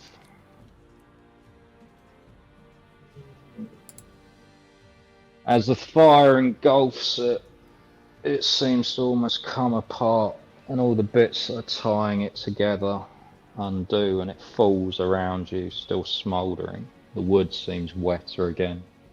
The fire seems less rampant. You feel around you this sort of reduction of pressure, this sense of opening up. And it's almost like the doors retreat back, and it's just the door again. It's not attached into the wall. The window shutters are back, and you're in the room. They're still screaming. That hasn't retreated. Yes. Well, I think explanations. Quick, break a glass or something carefully. I'm chucking everything into the fire, all the logs into the fire. Mm-hmm. We were cold, we tried to light a fire, it was a bit wet, one of the logs popped. You know how they do sometimes. Yes. I think coming clean and saying that there was some sort of puppet here that was. We tripped over it, and I'm afraid I broke something, and it made a rather loud bang. I'm going to chuck this candlestick on the floor. Yes. Done. I don't chuck it because that'll make another bang. But I mean, But yes. break lower it on the floor, yeah. Yes. Are you going to actually search the room, or are you just going to... Very quickly, whatever papers Very are on her quickly, table, yes. You've got her dream diary. I'll scoop up Everything a dream else is diary. gone. You can see bits in the dust where papers would have been, where books would have been. Everything's gone. Wardrobe. room's been turned over. There's no clothes in it. Ah. Now that's an interesting idea. Quick, help me lower the wardrobe down. Okay. I just do it for you. All You right. do that. And I make sure I hide the mad liquor, and you've got the wood in there. What about the carpet? Straighten myself up. Yes, maybe put the roll of carpet up and put it out. Open the window, perhaps, if we can. Let's have some of that smoke. Yep, the window's open fully now. All right. We've perhaps found some papers smouldering in the fireplace. It looked like someone had turned the place over. We rushed to try and grab whatever papers there were before they went up in flame, and tripped over that candlestick, hit the wardrobe, which turned out to have been emptied, and it collapsed and smacked on the ground. They can tell we've obviously not taken anything because we can be seen not to have anything on us. Well, You then putting down a diary. throw the diary out the window. Throw the That's a diary out the really good window. idea. Right. Her room is street side, however. Well, you better be quick, Clive. Let's go out of here. I'm going to be holding my head and pretending I've taken a blow, and you can help me out if you like, or the other way round. Maybe you're the clumsy oaf. I'll play the clumsy oaf for you. All right, well, clumsy oaf and say, "Oh, sorry, I've locked it." No, it I is locked locked. it All right. because Oh, it no! was No. the creature locks it. Yeah. But you are free. You are downstairs. She's like, "What on earth is going on? I've had to call the police." The police, madam, because of my clumsy oaf of a helper here. Well, I think it's a good job that you've called the police. Sorry. Come and see what someone has done to that room. And I must say, apologise for him falling over and knocking the wardrobe over. Someone has, I imagine, because it looks very much like the case, someone has turned over that room. We came in to find papers in the fireplace with a fire lit. Now, you've not let anyone else in here, have you? No, of course No. not. Well, in that case, some blighter, the window's open, some blighter has come in through the window, set fire to papers. Now, my manuscript's not around, so maybe they burned it, maybe they burned something else, but it very much looks like someone was looking for something. Now, as you can see, I've not taken anything, and my friend here has not taken anything. If you're concerned, madam, that may not be the case. If you look in the room, you can see. I'm afraid Clive here tripped over the candlestick in his ardour to try and retrieve the papers from the fire, thinking they may be my manuscript, and he's fallen into the wardrobe and knocked it clean over. Clive, you're a fantastically wonderful chap, but you're rather clumsy like a rhinoceros. I'm sorry. I'm sorry, my lord. I feel well. terrible. I feel awful. I think I sustained a blow to the head. Yes, well, I'm feeling rather queasy. I'm going to go on to the outside and get some fresh air. you go and get some fresh air, and dear lady, I feel, of course, we're not responsible for whatever else was done to the room, but we are responsible for his clumsy feet and stepping over breaking the candlestick. If there is damage to the wardrobe or the candlestick, it seems to me that the candlestick is broken. Of course, allow me to compensate you for that damage, and I am dreadfully sorry for the alarm that has been caused. Now, what would we say a candlestick of that nature would be worth? I'm terribly bad with such things. I normally don't pay for things myself, but what is it, a leak or something like that, or some sort of French high-quality thing? I don't know. And I Well, pay the main thing you could do for me, my lord, is ensure that there's no scandal associated. I don't wish it to be known that someone has been in that room. So I will tell the police it's a false alarm, but I would appreciate your discretion in this matter. I can't have the girl's reputations ruined here. Oh, no, of course not. May I say, this does not look like one of the girls has been in there. No. This smacks to me of a professional sneak thief, what they call a cat burglar. The window is open. Someone has probably gone up the drain pipe or something. Listen.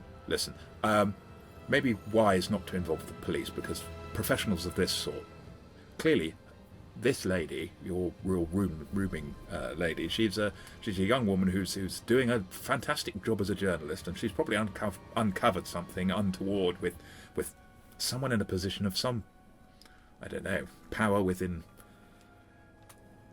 local unfortunate businesses. I hesitate to think of what it might be, but it in no way reflects poorly upon her. Please, allow me to pay for the damage that my man did. I would not want to leave you out of pocket, and you may have my complete and utter assurances that no one will hire a thing to embarrass your girls or your good self about this incident. And you may understand that my dignity in having such a clumsy oath for a manservant is also of concern. Not to mention the fact that it's not really becoming to be visiting a young lady's chambers at this time of night, and only in these very special circumstances would I put myself in this situation. Well, I'm sure £15 would be more than sufficient. 15? Tut, 20, I'm sure. You're being far too modest. Oh, there we are. Lovely of you, thank you. There we go. Right, I better go and see During this, I've gone outside and scooped up the diary. Nice. Okay. You managed to extricate yourself from the Modure residence. So how are you two reconciling what has happened now? Is it still a puppet? You know, I think there's something rather strange about that, Clive.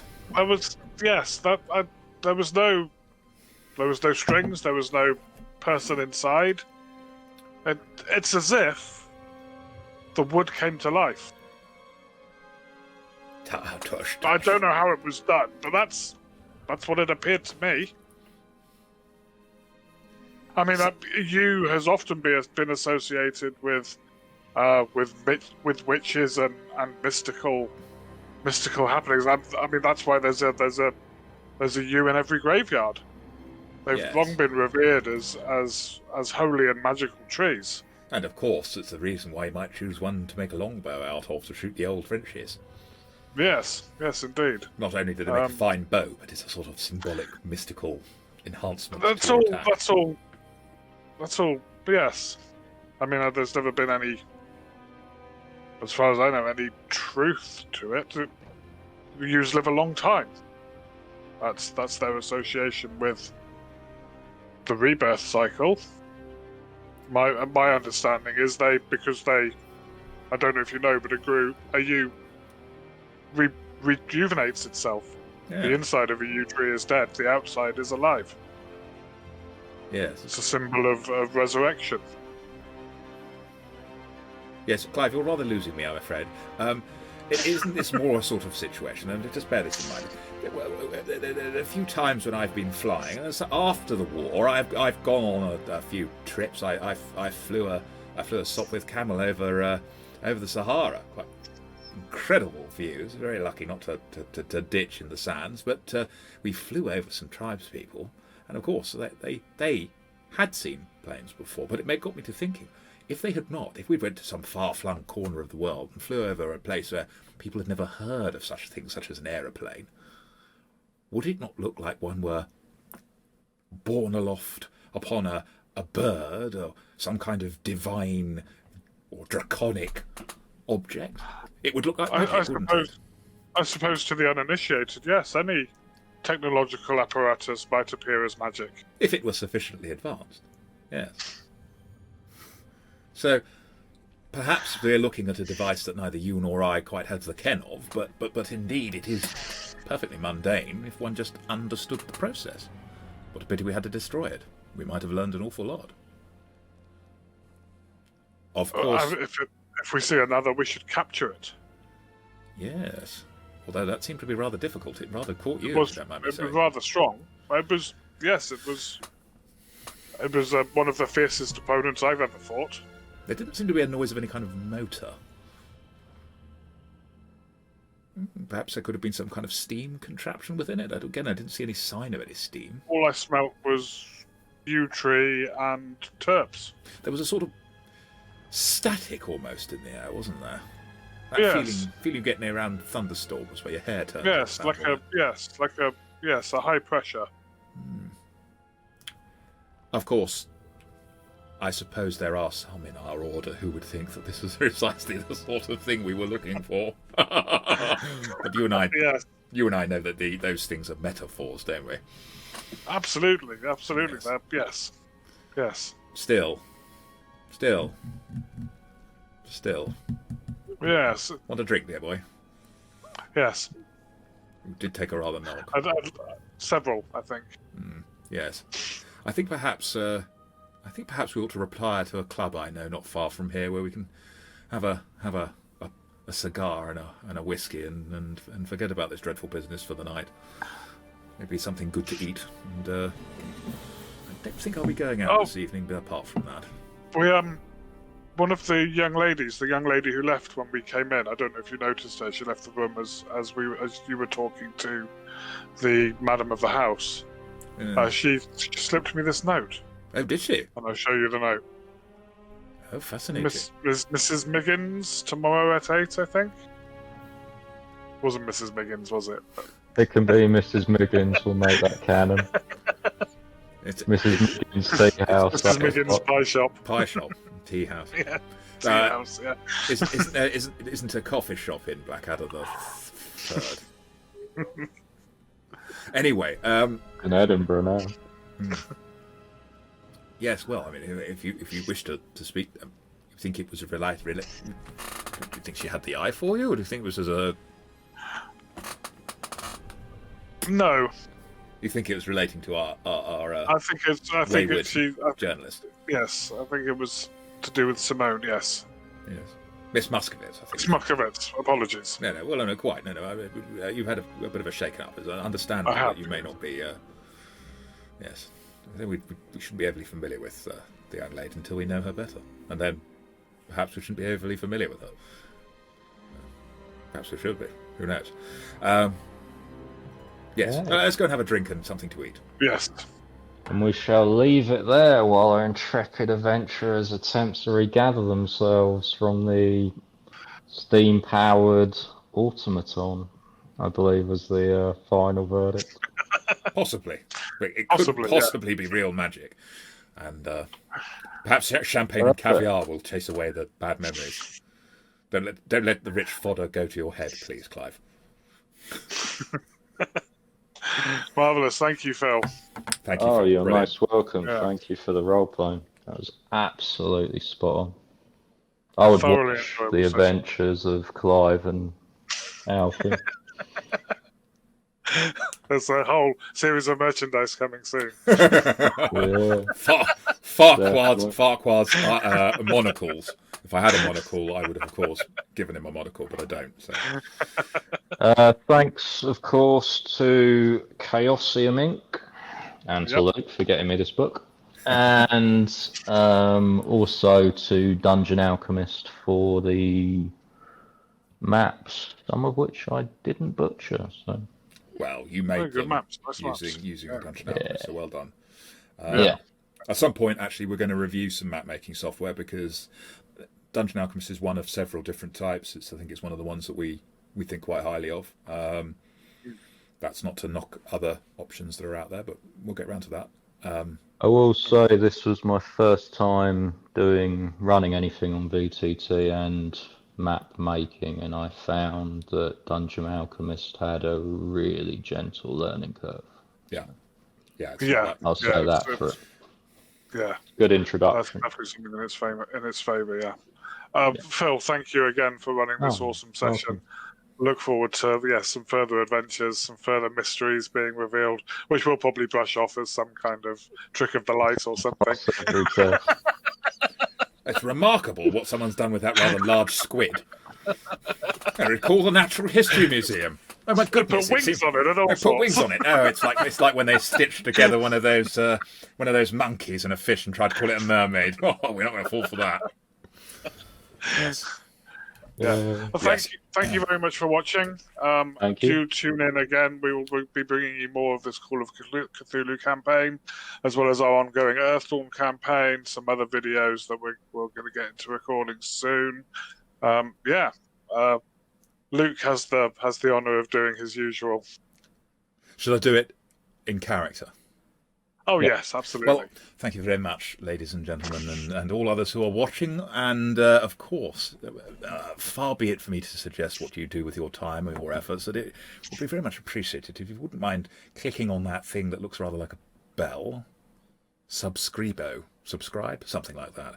And of course you must like it. It's a charming way of spending some time in the company of a peer of the realm, and I suppose I should start calling him my antiquarian. Eh? What? So, you know what to do, and we'll be seeing you again. Don't miss us. Tally-ho. Cheerio. Laters. Awesome. Right.